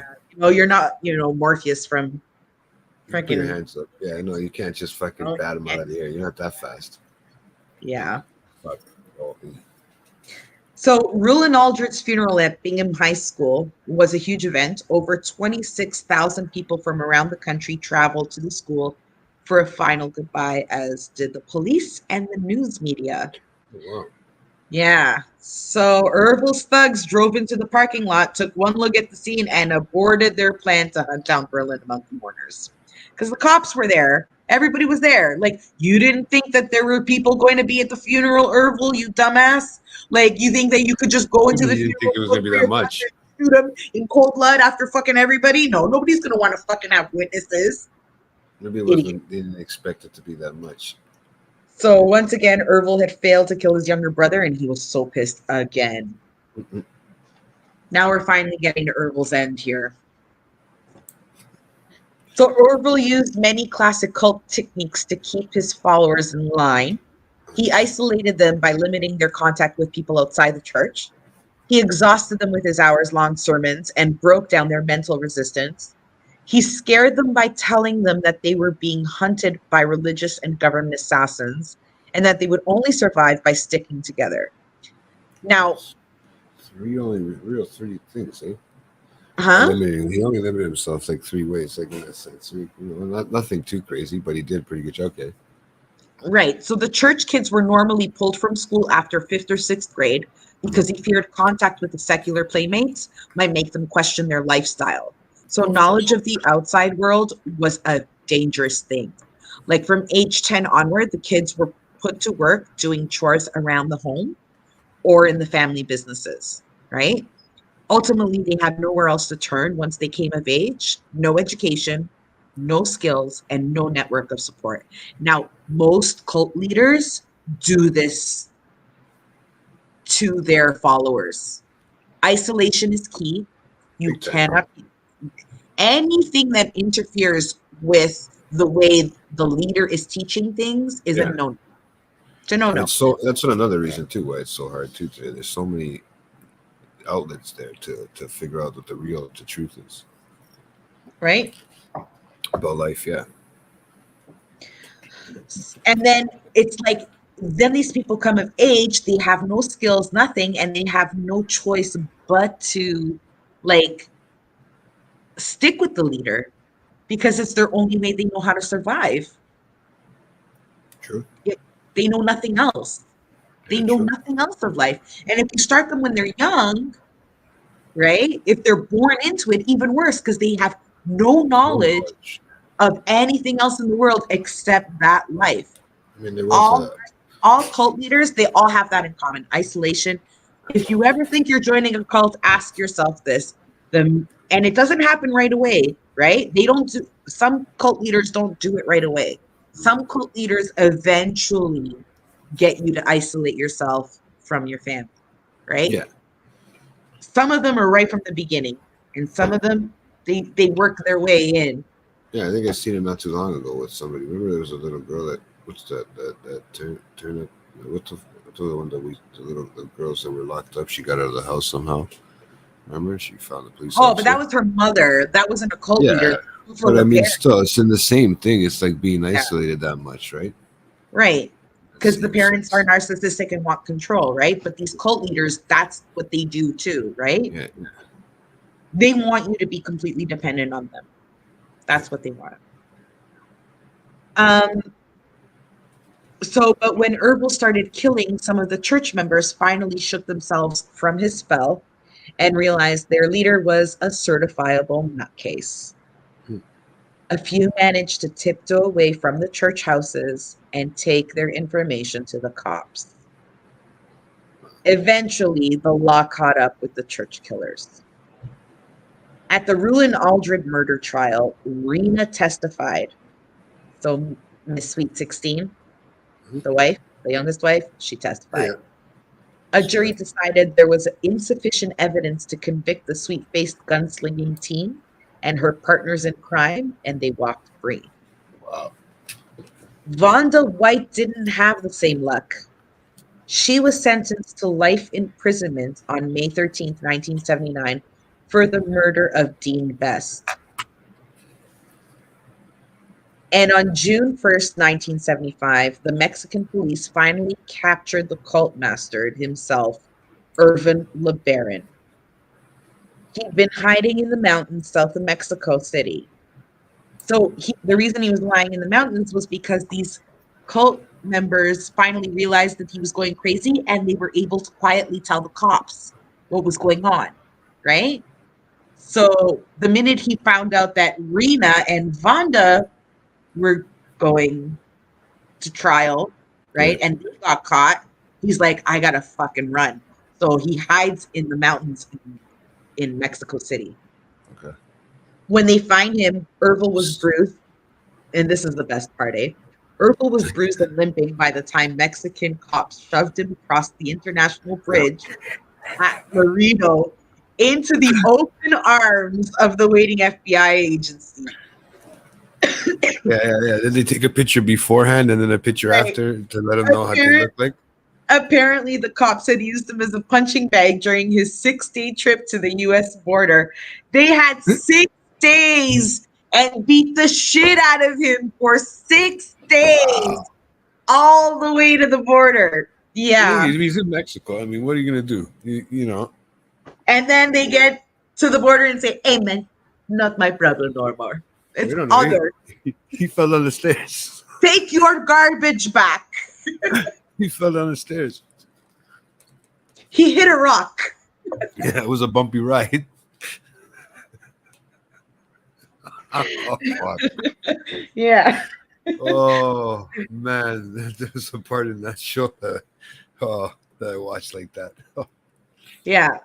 Oh, So man. Ervil was held at the Salt Lake County Jail until May 12th, 1980, when he went on trial for masterminding Rulon Allred's murder. After a steady stream of ex-cult members testified against him, he was convicted of the crime and sentenced to life in prison at the Point of the Mountain States Prison in Draper, Utah. But his imprisonment didn't end Ervil's appetite for vengeance. Okay. Behind bars, he's pissed. He's fucking pissed. He's going to spend life in prison. He manages to write a magnum opus. And that what a magnum opus is instead of just a vision or some rules, he wrote a whole book of covenants at a small desk in his cell. It was his last work, and it would be his most famous. It was 500 fucking pages. Well, I mean, he probably had time. Fuck. And it contained a hit list of more than 50 fucking people. Wow. Okay. When Ervil decided, needed to be blood atoned, among them cult defectors, police, and these are people on the list. Cult defectors, so people in his eye that didn't follow his rules, right? Yeah. Cops, investigators are on this hit list, okay? And prison officials, okay? He distributed copies of the manuscript among his followers. Now, I have a question here. How the fuck are you in jail, okay, where everything you write is read before it's sent out? And that's 82, so that's 80.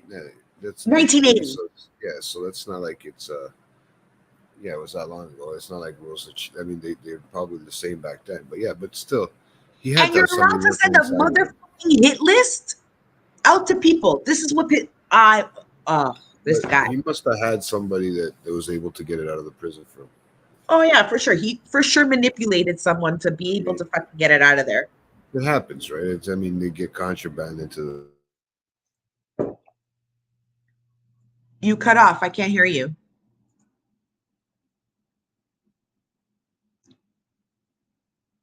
Guys, I think JT's cut off. I don't know what happened here.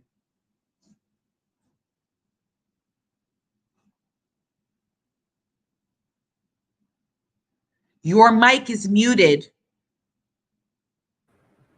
You there? There you go. Good job. I can hear you now. Why can't I hear you now? I don't know. My mic's not That's muted. weird. I lost. Hold on. Stay there. I'm gonna go and come back. 1 sec. We It's just interrupt this program yeah. for It's just something happened technical with this thing. I know you difficulties. can hear me. Anybody have any questions they want to ask on the chat so I can answer? No? Yes? Maybe? While JT figures his technical difficulties out. It's okay. We're almost done.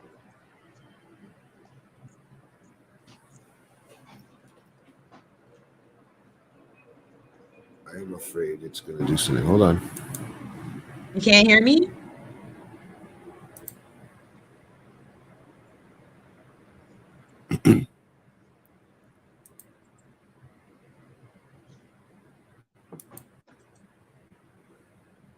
Fuck.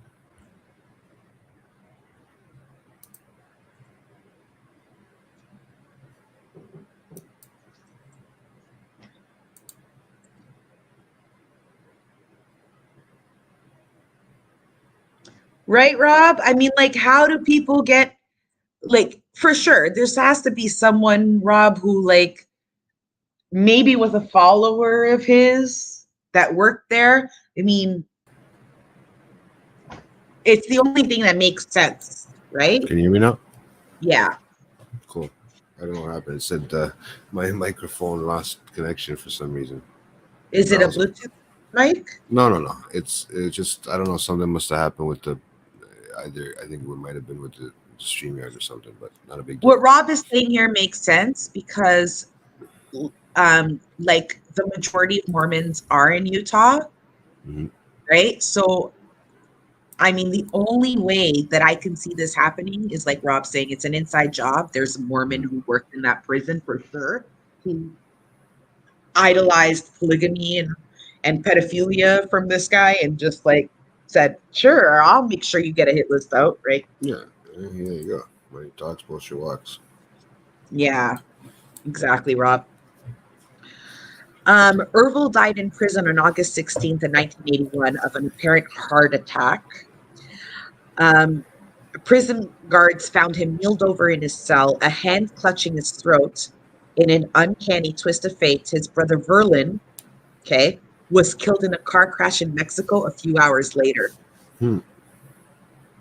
So he wanted his brother dead for all these years. He died, and then a couple of hours later, his brother is driving in Mexico and gets into a car crash and dies. So just a straight car crash, nothing like it was made. I mean, who knows, right? Possibly. Isn't it ironic? Wink, wink. Yeah. Don't you think? Yeah, I hear you. Yeah. And if Ervil's death made everyone sleep a little easier at night, it shouldn't have.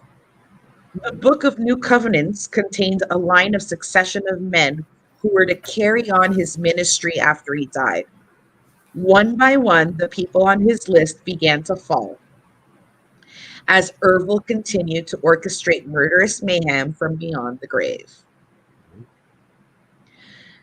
On June 21st, 1983, his son Isaac, 20, who testified against Ervil, died in a suspicious suicide while staying with cult member relatives in Houston.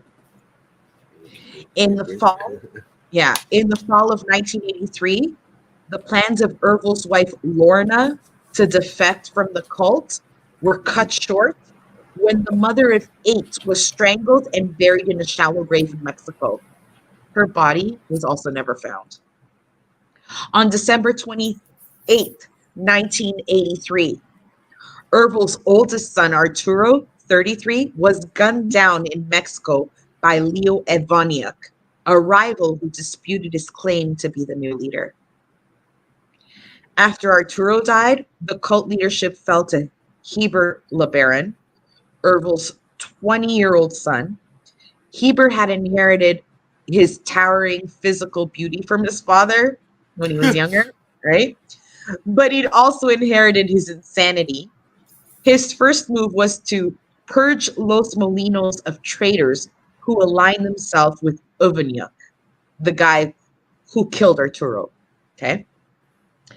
In the early months of 1984, he shot Gamal Rios in the face with a .45 automatic. His body was buried in the desert and never found. Neither was that of Yolanda Rios, Ervil's 12th wife, who was strangled to death in May 1984 and buried outside of Dallas. On May 21st, 1987, Leo Ivaniuk was murdered near Santa Cruz, California. Only his dentures lying in a puddle of blood were found. Strange. This is his hit list of people that died, okay? On So this is the one October, that he got. This is the one of people that. these are all people that died after he died and were murdered according to the directions of his list, okay? On October 16th, 1987, Dan Jordan was shot in the head while on a hunting trip in Manti LaSalle in LaSalle's National Forest in Utah with his family and some Lebaron kids. His murder was never solved. But June 27th, 1988 was the single bloodiest day in the cult's history. Ervil had raged for 15 long paragraphs in New Covenants against Mark Chenoweth and Dwayne Chenoweth and Ed Marston, demanding that they be slain as traitors. At 4 o'clock that afternoon, in simultaneous murders, hundreds of miles apart, his wishes were carried out. All three men were former cult thugs who were trying to pursue normal lives in the appliance repair business. But that wasn't their destiny. At 4 o'clock in Houston, Dwayne Chenoweth was gunned down when he drove to pick up a used washer in a private home. It was set up. His 8-year-old daughter, Jennifer, was with him that day, and she screamed when her dad was shot. The assassin turned when he heard the child and walked back to the truck to shoot her in the mouth and forehead, not wanting to leave any potential witnesses. These guys are ruthless, okay?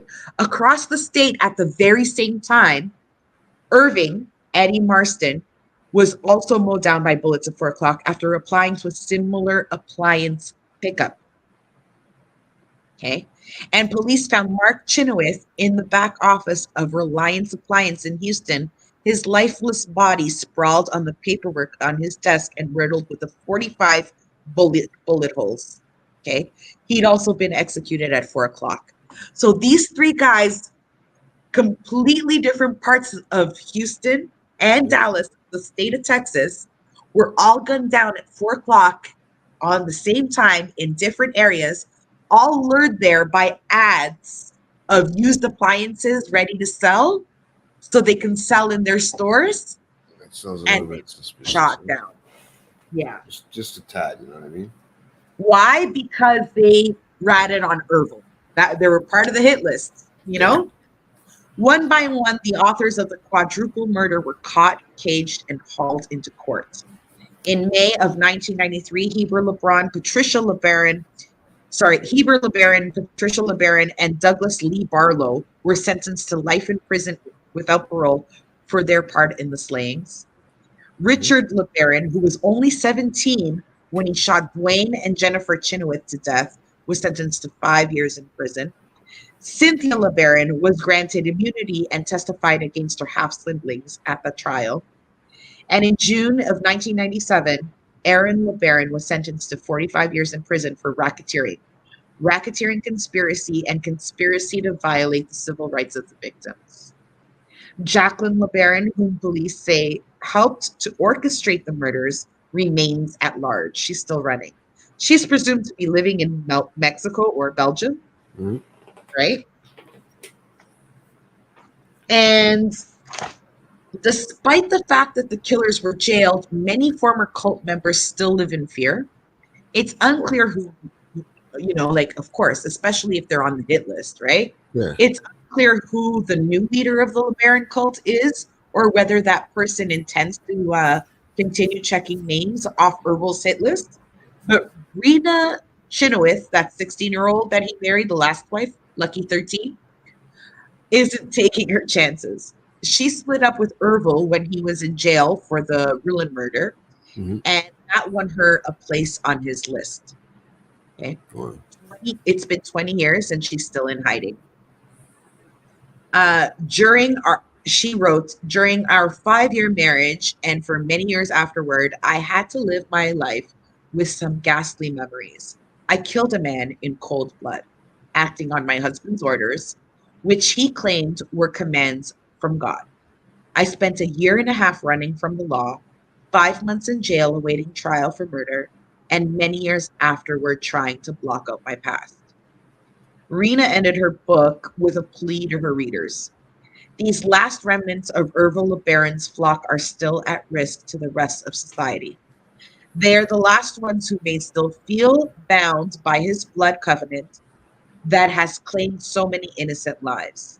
They have grown up around violence and violent teachings, and there is grave danger that they will pass these values on to their children.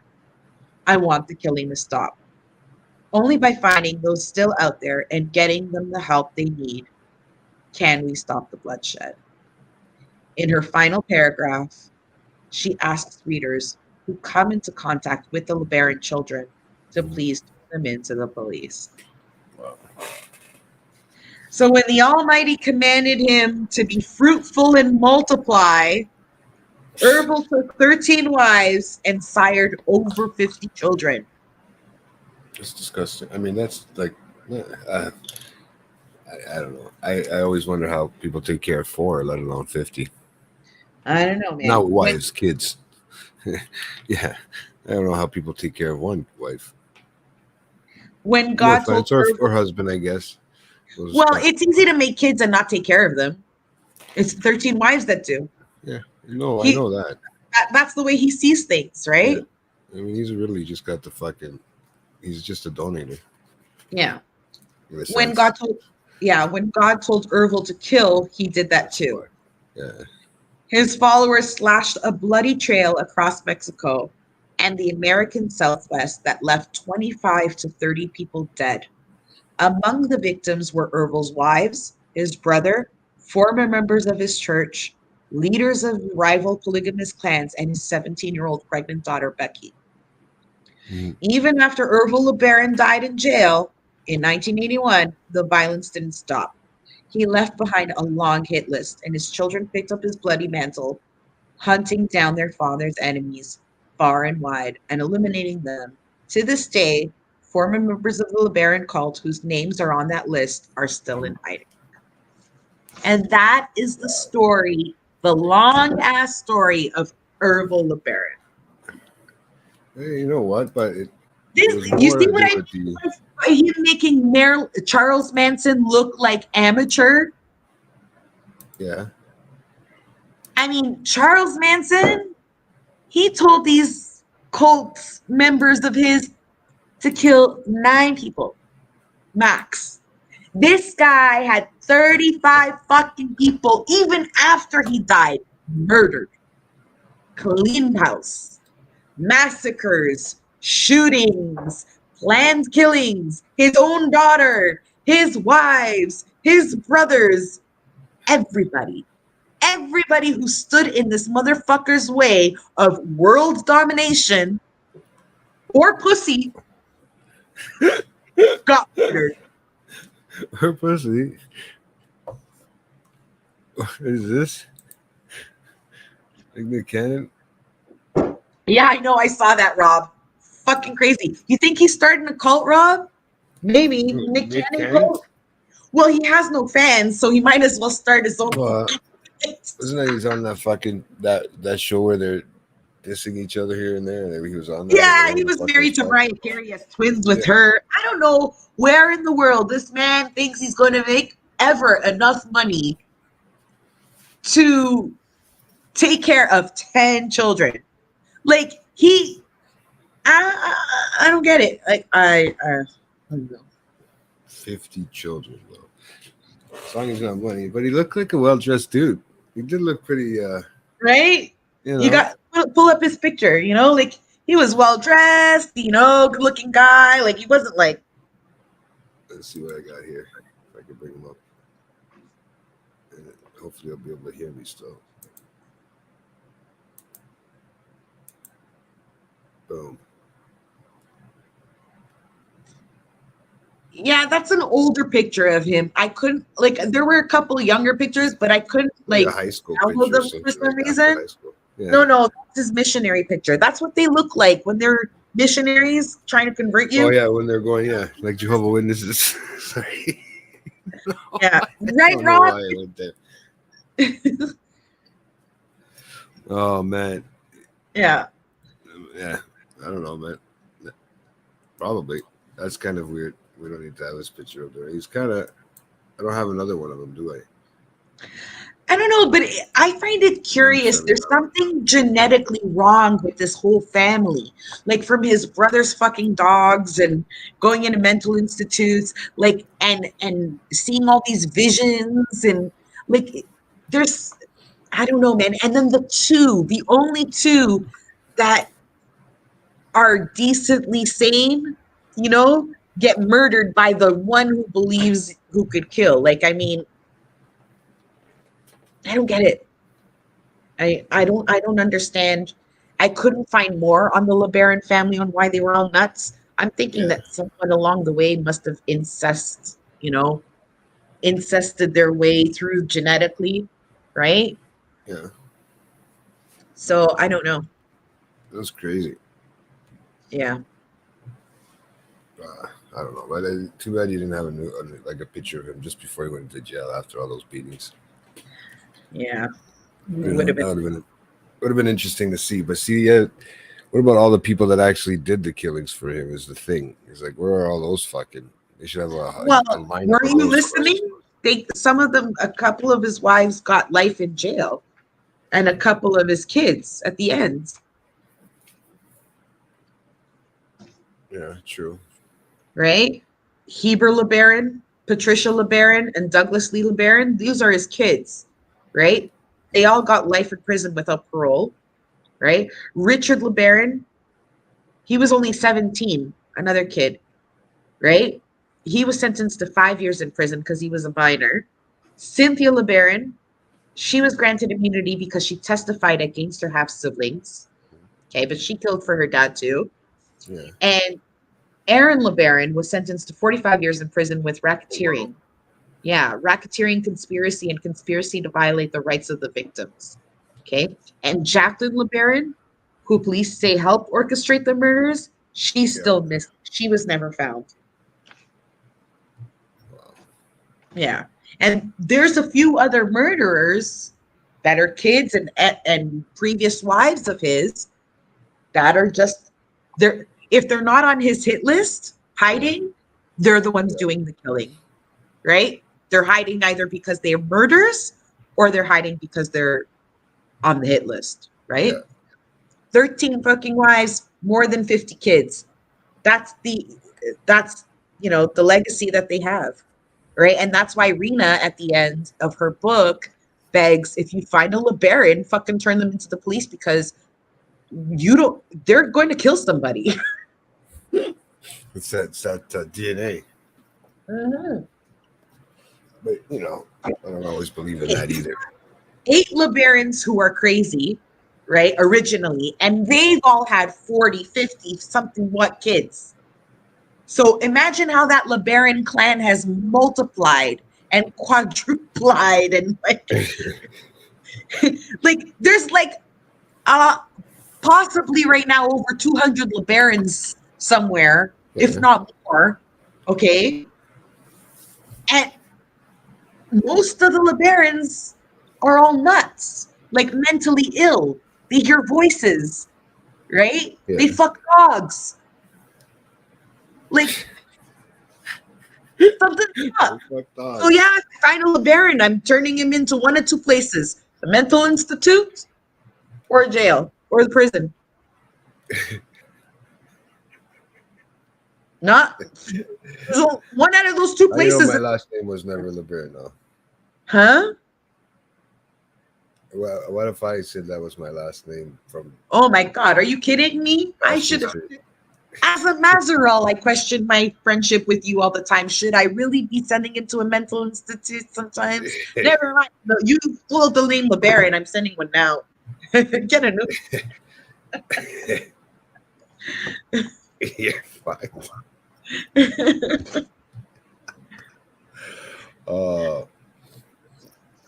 Yeah, so that is the story of the Lebarons. Mormons, yeah, they're a little. It's a little weird. It's just like that. Like I said, like we were talking about in the beginning. If anybody was still here from the beginning, and I see there's still some people, but um, what was I going to say? It's kind of like the banner under the sun. It's kind of got almost that It's same exactly like that. the banner of heaven. Sorry. Anybody on here, if you've never watched Under the Banner of Heaven, Mhm. it's a fantastic miniseries. Such a great Apple series. TV. I think it's on Apple. Yeah, I'm almost 100%, like 99.9. I'm pretty sure it was on Apple because they're the only ones that can afford big guys. It's about a Mormon town, right? And a cop who's a Mormon, and then there's a murder of a fellow Mormon member and her children. And then it's another part of fundamentalist Mormons who may or may not be responsible for him. So he's forced to be questioned on his own religion because of these two separate versions of Mormonism, right? Yeah.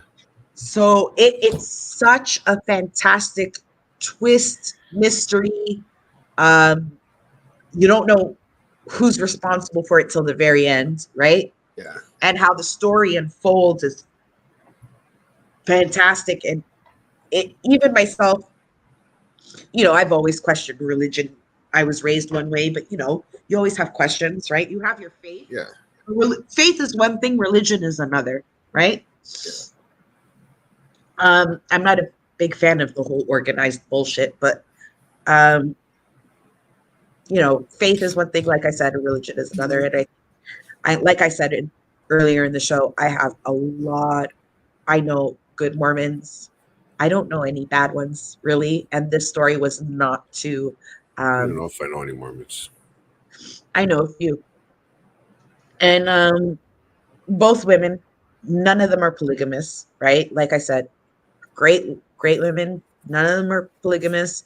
They don't live that way. They don't live the culty version of Mormonism. They live more of like just a faith-based form of Mormonism, right?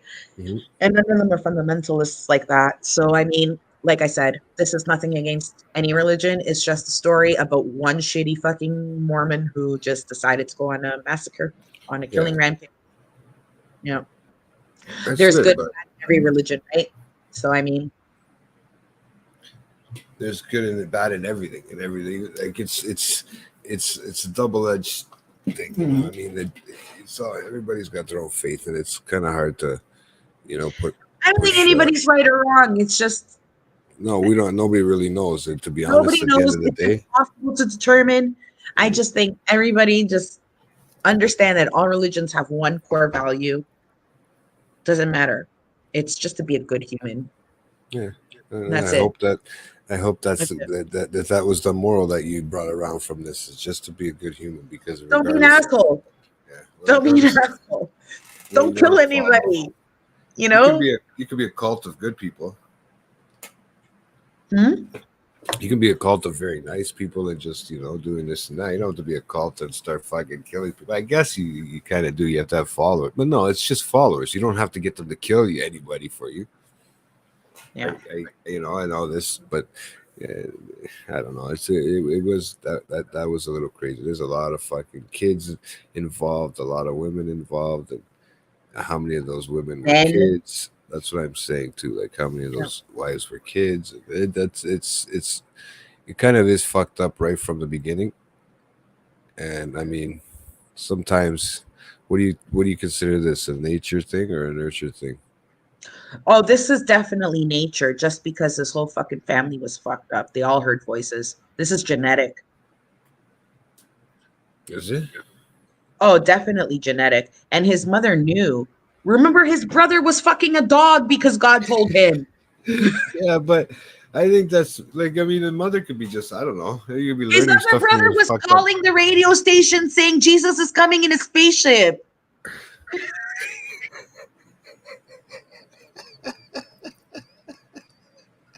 But maybe he is. No, I don't know. No! He's been here. He's not coming back. You only get to see him again when you go up. If you go up. There you go up. Oh my gosh. My gosh, Leslie. What the heck? There you go. Oh yeah, they do kill.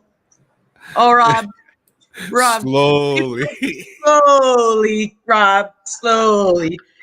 That the leader of the Scientology. Oh my God, nobody has seen his wife in over 20 years. That's fucked. Yeah, yeah. The creator of that, like, of the Scientology thing. No, the creator's dead. Oh, okay. He was crazy too. Yeah. Obviously, you know what I mean. Like, and He then you was got crazy too. He believed that they had to live their life and eventually they would meet with aliens. that's fucked.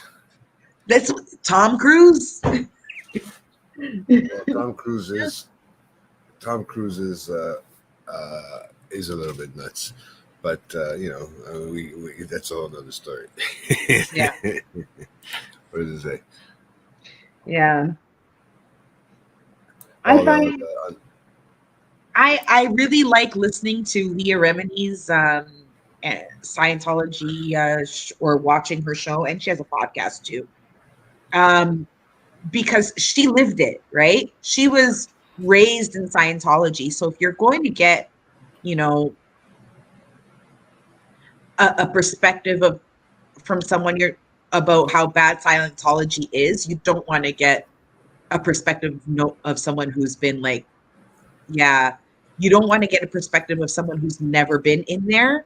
You want to get a perspective, I think, of someone who was living in it, who did work for them, who did believe poorly at one point in their same beliefs, and then realize that, guess what? This is not right. How No. Scientology is still around, the only way I can imagine it not for reasoning it not being shut down as of yet, Rob, is because there's some fucking big money being paid off. Lots of fucking government officials there, man. They're so fucking wealthy, like ridiculously wealthy. And it's the only reason that they're still around. I can see that. They've been able to shut officials up for the bullshit that they're doing. It's the only fucking reason, man. It's disgusting. Disgusting what goes on in there. And it's not just Leah Remini talking about it. There's other podcasts of other people who talk about that live through there. People that were in prison. They have a prison. They have a prison for people who question them. So they have their own properties. Yeah. Fucking, you know what I mean? Everything, and all over the fucking world. Like, I don't get it. I just don't fucking get it. There's that Nixium cult too. I don't know if you've ever heard of it, JT. No. So, do you remember a show called Smallville? This is the one Goat was talking about earlier. Which one? Which one? Dixie. Nixium. Oh, Nixium. There's a good documentary on it. You should watch it. It's called The Vow.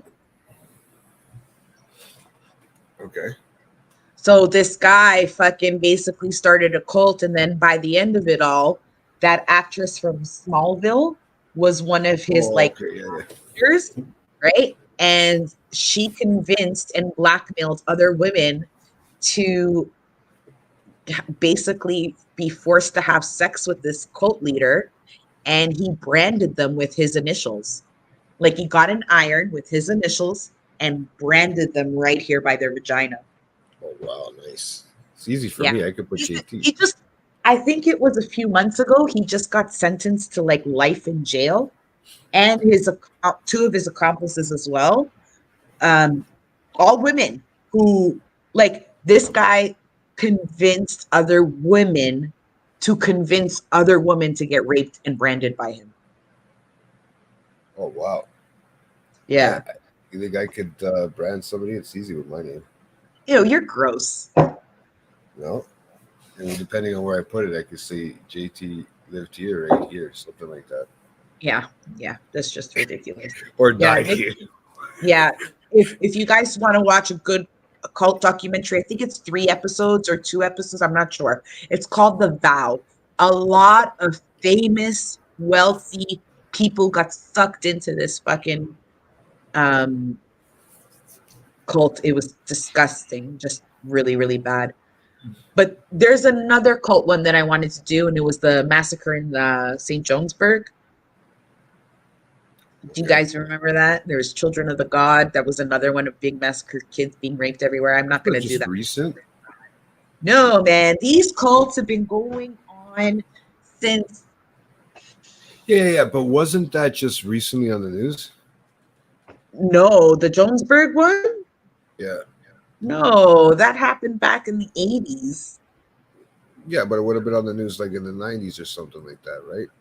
If did they end up, or is it still there? Did they end up Right? closing it down? No, I that think it was was the Waco. That was 80s they something else. closed down. Waco, too, another Yeah, one. that one they closed down. But Rob, I they've was telling went you, in it's there. not that people are gullible, Rob. People go into cults because they don't have the intention to go into a cult. Nobody goes into a cult with the intention to go into a cult. What these people do is they're in a vulnerable state. They're not gullible. They're in a vulnerable state, and then you have someone who looks successful, right? Yeah. Who tries to manipulate them to find a better path, Okay. right? And that's how it works. They catch people in vulnerable states and try to manipulate them to go into these paths, right? And then half the time they don't even know how bad it is, right? Until they're so deep in and they have to become completely dependent on that leader. That's how cult manipulation works. I used to think that way too, Rob. I used to think, man, I would never fucking fall into this cult. But then I started listening to all these different perspectives. There's a great cult podcast called let me see if I can get that name. If you get, it's not a very long podcast. It's like once a week, and every episode is shit. Just so I can see it. Um, Trust Me. That's what it's called. Trust Me. And it's Okay. these two girls who actually grew up in cults. They were born into them, right? And they luckily they were able to get out. And when you're born into them, it's even worse because you have no idea of the outside world, Yeah. No shit. right? That's all you know. So, so that's one example of how people are involved in cults, and then other people are just lost people, people who are desperate or lost. And I'm not talking about for money. If people are desperate to find themselves to be happy, and these people come up to them and say, "I can make you happy." It does. It does seem crazy, but like kind of like religion, right? I mean, Yeah. It's the very crazy. difference between religion and cults, and someone said this to me, not that either or are great or not so great. A religion you can get out of. Do you get what I'm saying? Nobody's Yeah. manipulating you to stay in it, right? A cult, Yeah. no. A cult, you are manipulated to stay in it. Yeah. You're brainwashed. You're fucking. Yeah. Yeah. There's sometimes Yeah. it's hard to People know what's the truth are or in not, vulnerable especially. states. It's not that they're stupid, they're intelligent humans, but they just feel like, okay, this person is bringing me something good to my spirit. And that's how they start. It starts with actual positivity, and then people get power hungry and it Oh yeah. changes and it manipulates them. And the next thing you know, you're getting fucking branded and raped by some fucking cult leader. Yeah, and Right. you can't get out of it because you have no money because you gave it to them. They own your home, they own everything, right? And you had no idea how you got there. And then you look back and you finally open your eyes and you're like, fuck me, right? Yeah. I hear you. It's crazy, man. It's easy to be brainwashed and gullible, especially. And I hate to say it, but especially when it comes to these women and getting married. The younger you are, You know what I mean? I think that's why they start so fucking early. These guys, because they're just like to, you know, manipulate at that age. It's a lot easier than doing it to a 20 or 25-year-old, or you know what I mean, 30-year-old. But I mean, it's not like it's impossible. No, But man. These these people males that are, get manipulated too by this other dude. I mean, tons of that's males. another thing that's fucked up. Tons of males. Like Rob, there's a one on Netflix, a documentary on Netflix, and I can't remember what it's called. But for the first few years, it was actually what people thought it was. People Yeah, came into this secluded land, right? It was literally island paradise. It was sunny. People were happy. It was very like love, happiness. People yeah, gave peace, food love, to all, yeah, everybody, all all love, peace, love. For yeah, years, it was like that. And then the guy got power hungry, yeah, right? Started making all these fucking different rules that had nothing to do with beliefs. The only beliefs that they went into believing and that everybody went into doing was to love everyone, provide for everyone, and like everybody had a job, right? mm, Everybody had a job, everybody contributed, everybody was happy. There was no like strict praying, there was no strict rules at all. Everyone was just happy commune. Like it was just a happy commune. People were yeah, sick of exactly. being in the grind every day, people working 9 to 5, uh, people, successful people who were just so tired of living work home, and they wanted a freer life or whatever, to each their own, whatever they're looking for. And there's always someone who's ready to give it to them. And for the Exactly. first few years, that's exactly how they lived. They were able to have an outside life. They lived in this commune and they all loved, and All seemed to work out for them. The first until few the guy years, got fucking power hungry, and then that's it. Things more started than changing. just power hungry, more than just power hungry. I think it's a little bit of everything. Yeah, He's no, no, that's how it narcissistic. is. That's how it starts. It's power. They want power. They Yeah. feel Well, powerful because, oh my God, these people are listening to me. Oh my God, I can tell them anything and they'll believe me. Oh my God, their way to enlightenment. Yeah. It's how the QAnon people also go in there. And then eventually, at first, oh, it's there we go. We're gonna get invaded on YouTube. oh yeah, I don't care. First, it starts off with some fucking conspiracy, right? And then it Yeah. starts people think, and the next thing you know, they're killing their fucking kids because they believe them they're lizards, right? Now, if you start off with the lizard talk right away, people are just gonna shut you up, Uh, right? You gotta manipulate your way to get there. oh my god, that's too funny. That's how you kill me. It's true. Oh It's my true. gosh, That's how they do. it's so true. It's so true. Oh man, so that was our. We should wrap her up now. I think Yeah. we got a bunch of it in here. Hold on, let's see. You want your? Let's do this, Rob. Hey, Rob, guess what? I don't forget with her. Dun, dun, dun. No, I'm just joking, bro. We love you, Rob. We love you. But I love Rob. Rob's awesome. Thanks, guys, Rob. Thanks, Rob, remember for this. tuning in. Thanks, everyone, for tuning in. It was great having you guys. And thanks for putting up with my long rants. Yeah. What do you want to hear on your way out before we after we hear this? We'll think about it.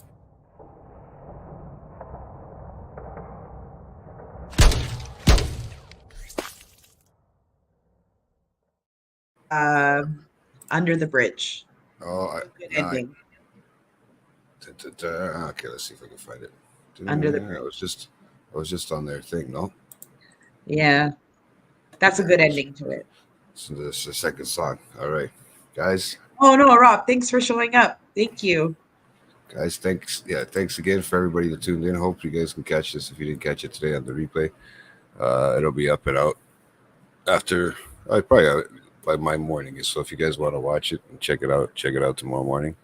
But yeah, it'll be out for the rest of the week, up and loaded. And I'll be got another show on late night chat this week.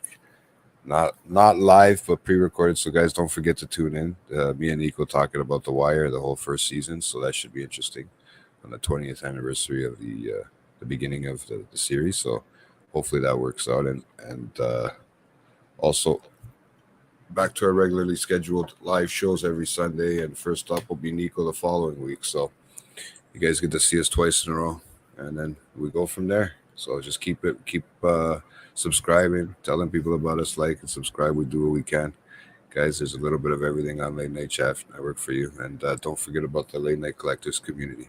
Make sure to like and subscribe. Great content gonna come out. Nico's overhauls will probably comic overhaul for this month. Probably will be nuts. I could see him picking up some stuff this week. So this weekend. So we'll see. Next month's killer content is on the Green River Killer, guys. And Yeah, it's JT and Nico, the there three of you us. go. Threesome. Oh man, I can see a lot. I don't know. Maybe I can be. I don't know. There's gonna be a lot of debating in that one. That could be interesting. Hey, we could all be the three of us, all opinionated Oh probably on man, that no, one. I mean we all have pretty different opinions on shit, but I mean this isn't the first time the three of us have done a podcast together when it comes to killer content, right? So I Yeah, mean exactly. we've done it before. No, exactly. I hear what you're saying. Yeah. So, but yeah, guys, thanks again for tuning in. Leslie, thanks for letting us know how it all works and how crazy it is. And guys, get ready for next month's. Ta-da! Here we go. And a little bit of Leslie's band for us. Give me a sec. Here we go, guys. I'm going through I was just at their show, so I'm still reeling from it. Yeah, that's what I feel. I felt like I waited for you to say it, but yeah. So she had a blast. So I we'll get did Red we'll get Hot to Chili talk about Peppers. I that. went with my son and my cousin, guys. Best fucking they're whether you like their music or not, their shows are incredible. I would recommend anybody watch that show because it was probably one of the best rock shows I've ever seen in my life. Oh, I can imagine for you. Yeah. Alrighty, guys. So your sister-in-law keeps coming to all of them too. Oh, she loves it. She doesn't. She never misses one when they're here. Trust me. Yeah, they're awesome. Awesome. Maybe I see if she'll come on the show next time we're on. We'll all talk about it. You guys can talk about how Yeah, she and I can you talk guys are about the yelling Chili from. Peppers. Ah! Come on, put on my classic Chili Peppers, please. All right. Peace out, guys. Good night, guys.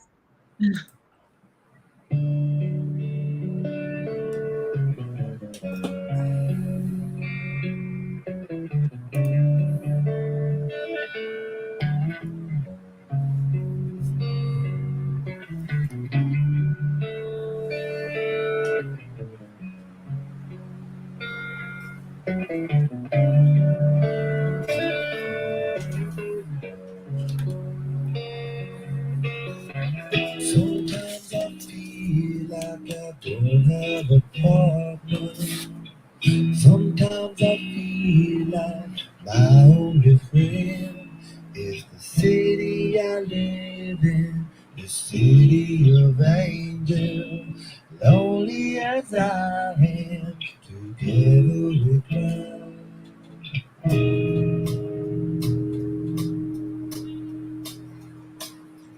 I drive on the streets cause she's my companion.